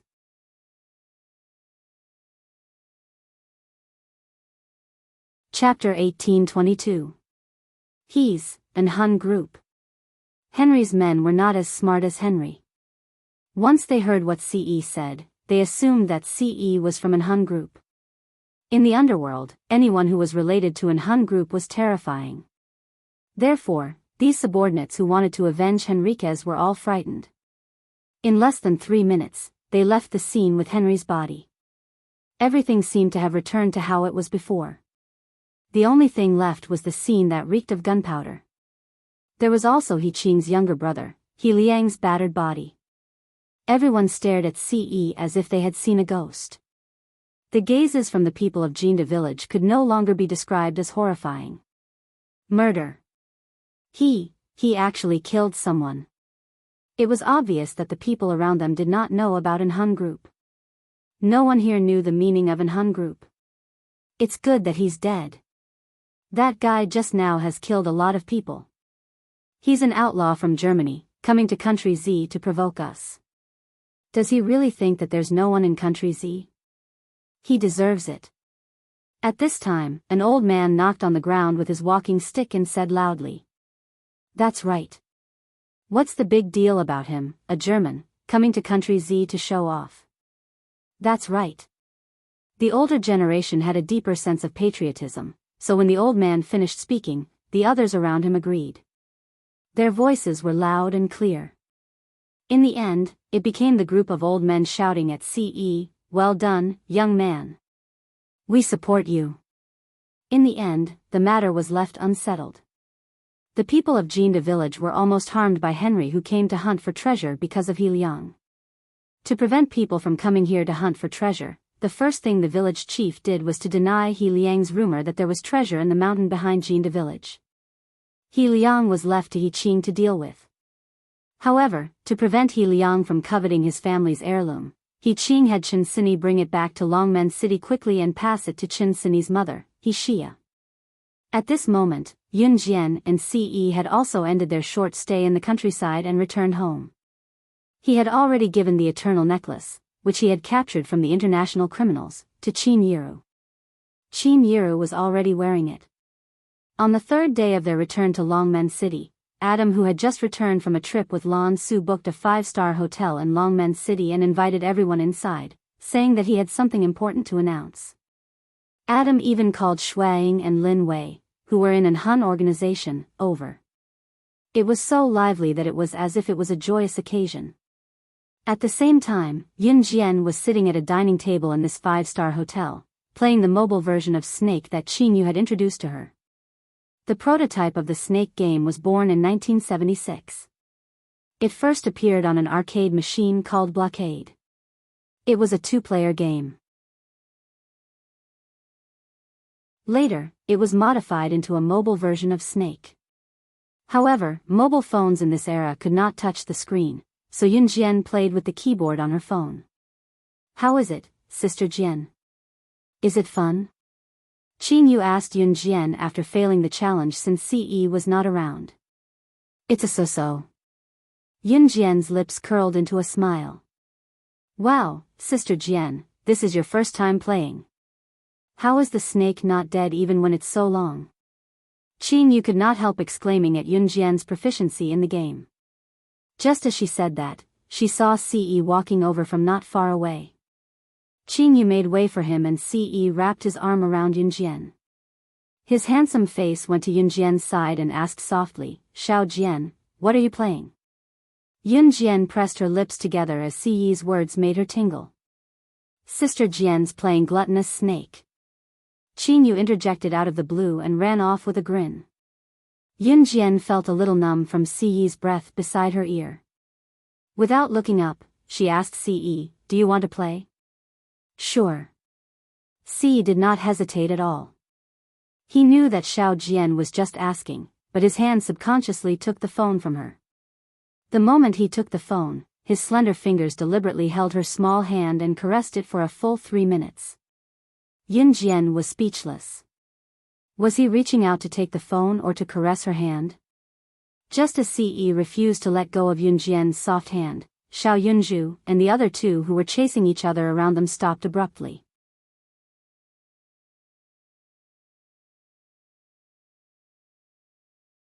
Chapter 1823. At this moment, Ce's bony hand was holding onto Yunjian's delicate hand, refusing to let go. Cough, cough, cough. Qin Yiru blushed when she heard what Xiao Yunju said. She quickly walked over to grab Xiao Yunju and dragged the three of them to the side. Fortunately, they were all on the same side. Qin Yu, Gu Nianji, and Luo Berry were all there, so they were not surprised by this. Yunjian had Ce, Si Luo had Snow Eagle, Qin Yiru had Gu Junjian, Qin Yu had Yin Yi, and Lan Su had Adam. Even Xiao Yunju was holding hands with Duanli, looking extremely happy. Gu Nianji, who was sitting alone in the corner, watched the scene before her. She pouted and waved at Luo Berry. "Little Strawberry, come here. Come here quickly." Luo Berry had been secretly eating pastries at the table, but when she heard Gu Nianji calling for her, she took 3 pieces of pastries from the table and walked over to Gu Nianji. Luo Berry did not know that Immerse, who was standing nearby in a suit, looked like he was looking at his younger brother, Adam. However, he was actually sizing up Luo Berry from the corner of his eyes. Luo Berry ran towards Gu Nianji. Gu Nianji reached out and put her arm around her shoulder. She said to Luo Berry, "Little Strawberry, you're the best. They're all in pairs. Fortunately, you're here. Otherwise, I would be alone. How awkward would that be?" Gu Nianji laughed out loud like a man and took 2 wine glasses. She shoved one of them into Luo Berry's arms and said to her, "Come, come.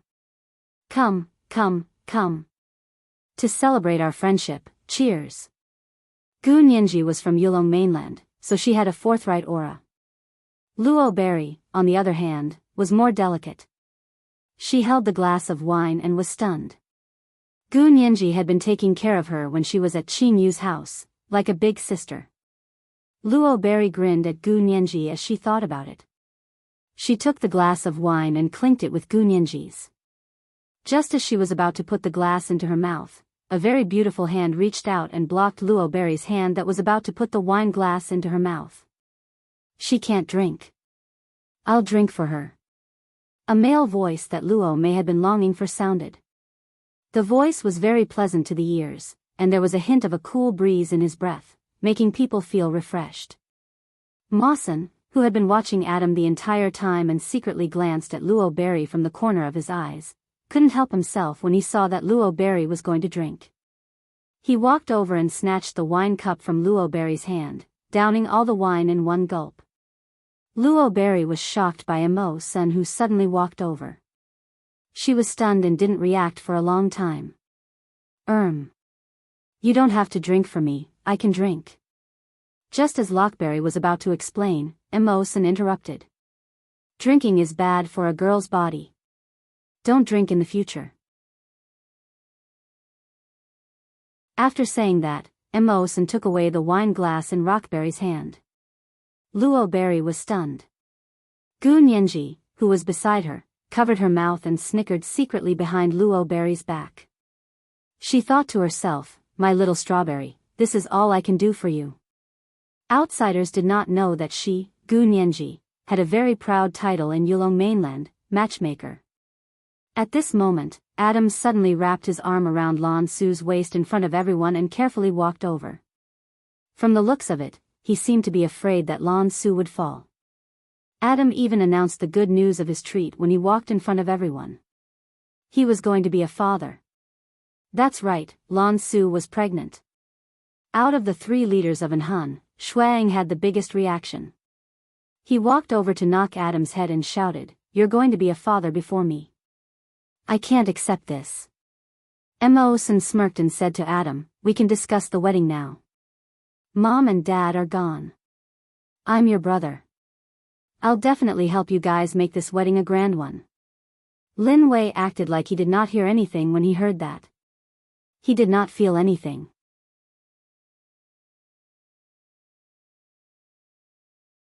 Chapter 1824. Adam's announcement was indeed a pleasant surprise. Once the news was announced, everyone who was present was pleasantly surprised. Everyone's reactions differed greatly as well. Looking at his 3 brothers' reactions, Shuang was the most agitated. Adam even glanced at Shuang smugly and said with a grin, "I can't compare to you in other aspects, but you can't beat me in this lifetime when it comes to being a father earlier than you." Among the 4 leaders of Enhan group, the most boisterous were Adam and Shuang. Lin Wei was the most composed, followed by Emo Sr. "What's the use of being a father earlier? It's amazing to have more children. It's still too early for you to compare yourself to me." Shuang chuckled at Adam, unwilling to admit defeat. "Then why don't we compete to see who has more children in the future? Whoever loses will go to Amazon for a year?" Adam countered. "Come on. Do you think I'm scared of you?" Shuang replied. "Young master, we've made this bet in front of you. You have to remember it in the future. No one is allowed to go back on their word." Adam turned to Ce and said confidently. Ce, whose hand was still on Yunjian's waist, smirked and glanced at Adam and Shuang sharply. "I'll send both of you to Amazon tomorrow for a year to practice. How about that?" Adam and Shuang declined quickly at Ce's words. "Please don't, young master. You can't do that." Yunjian had actually known about Lan Su's pregnancy since a long time ago. Lan Su could not keep it a secret and had told her long ago. Yunjian wore a small smile and pressed her lips together lightly. She did not know that Ce, who was sitting beside her, was already tempted when he heard that Adam and Lan Su were pregnant earlier than her and Xiao Jian. Everyone enjoyed the meal, and nothing unpleasant happened. It could be said to be a very peaceful dinner. Halfway through, Lan Su suddenly called Yunjian outside and gave Yunjian an envelope. He said to Yunjian with some shame, "Yunjian, the address of the martial arts family is in this letter. I may not be able to accompany you to collect the letter. I just had a baby, and the doctor said that the first 3 months of pregnancy is not stable, so I know. Give birth to the child peacefully.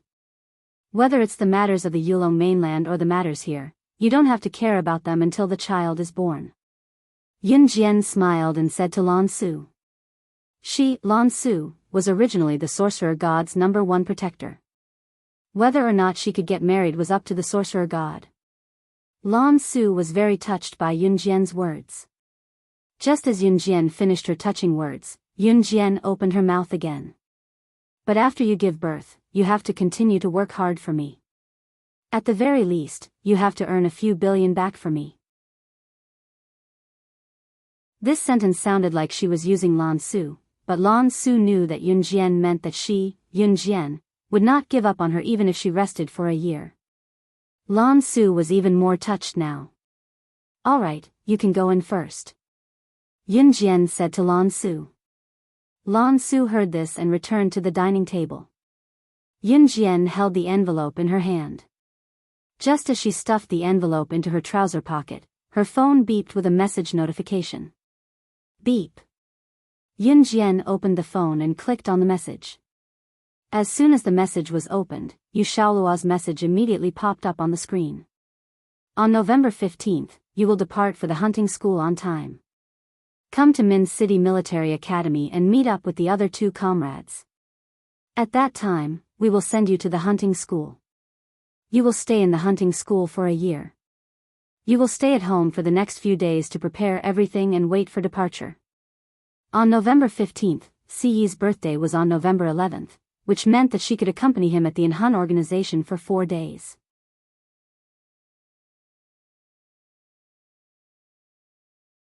Chapter 1825. Of course, before Siyi's birthday and before heading to the hunting school, Yunjian had something else she had to attend to. She had to head to the martial arts family and retrieve the envelope that her mentor had left in the family. The envelope contained a detailed way to contact her mentor. After dinner and returning home, Ce tugged Yunjian's hand and led her into the house. If one were to ask why Ce was pulling Yunjian into the house, there was no need to ask. It was to make a baby.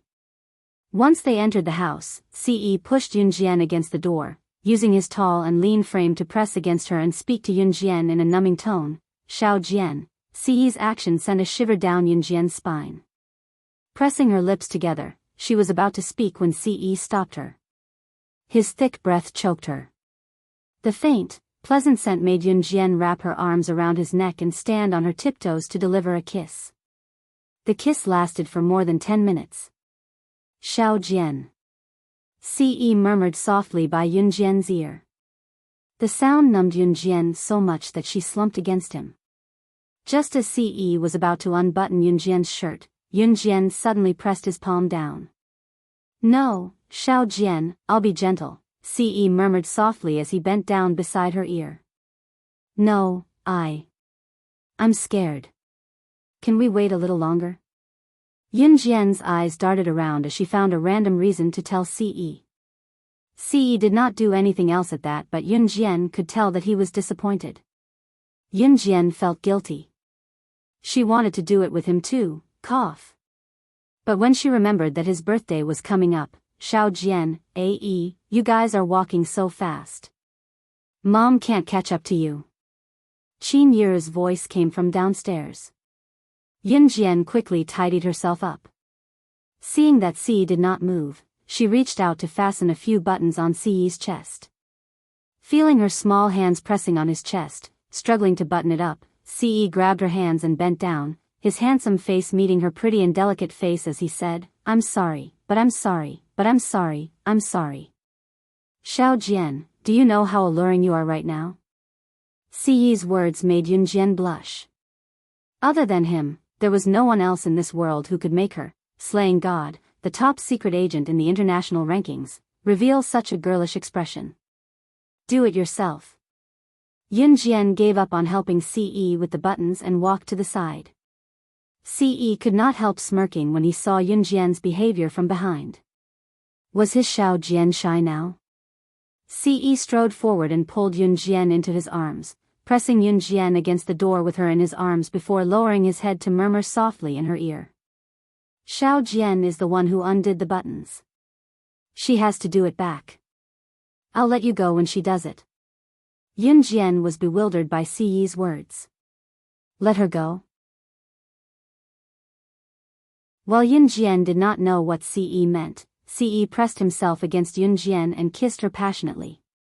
By letting her go, he meant that if she did not button his shirt when he kissed her, he would keep kissing her like this. You're tuning in to the Romantic Tales YouTube channel. Don't forget to subscribe and join us on this journey to catch the most captivating stories.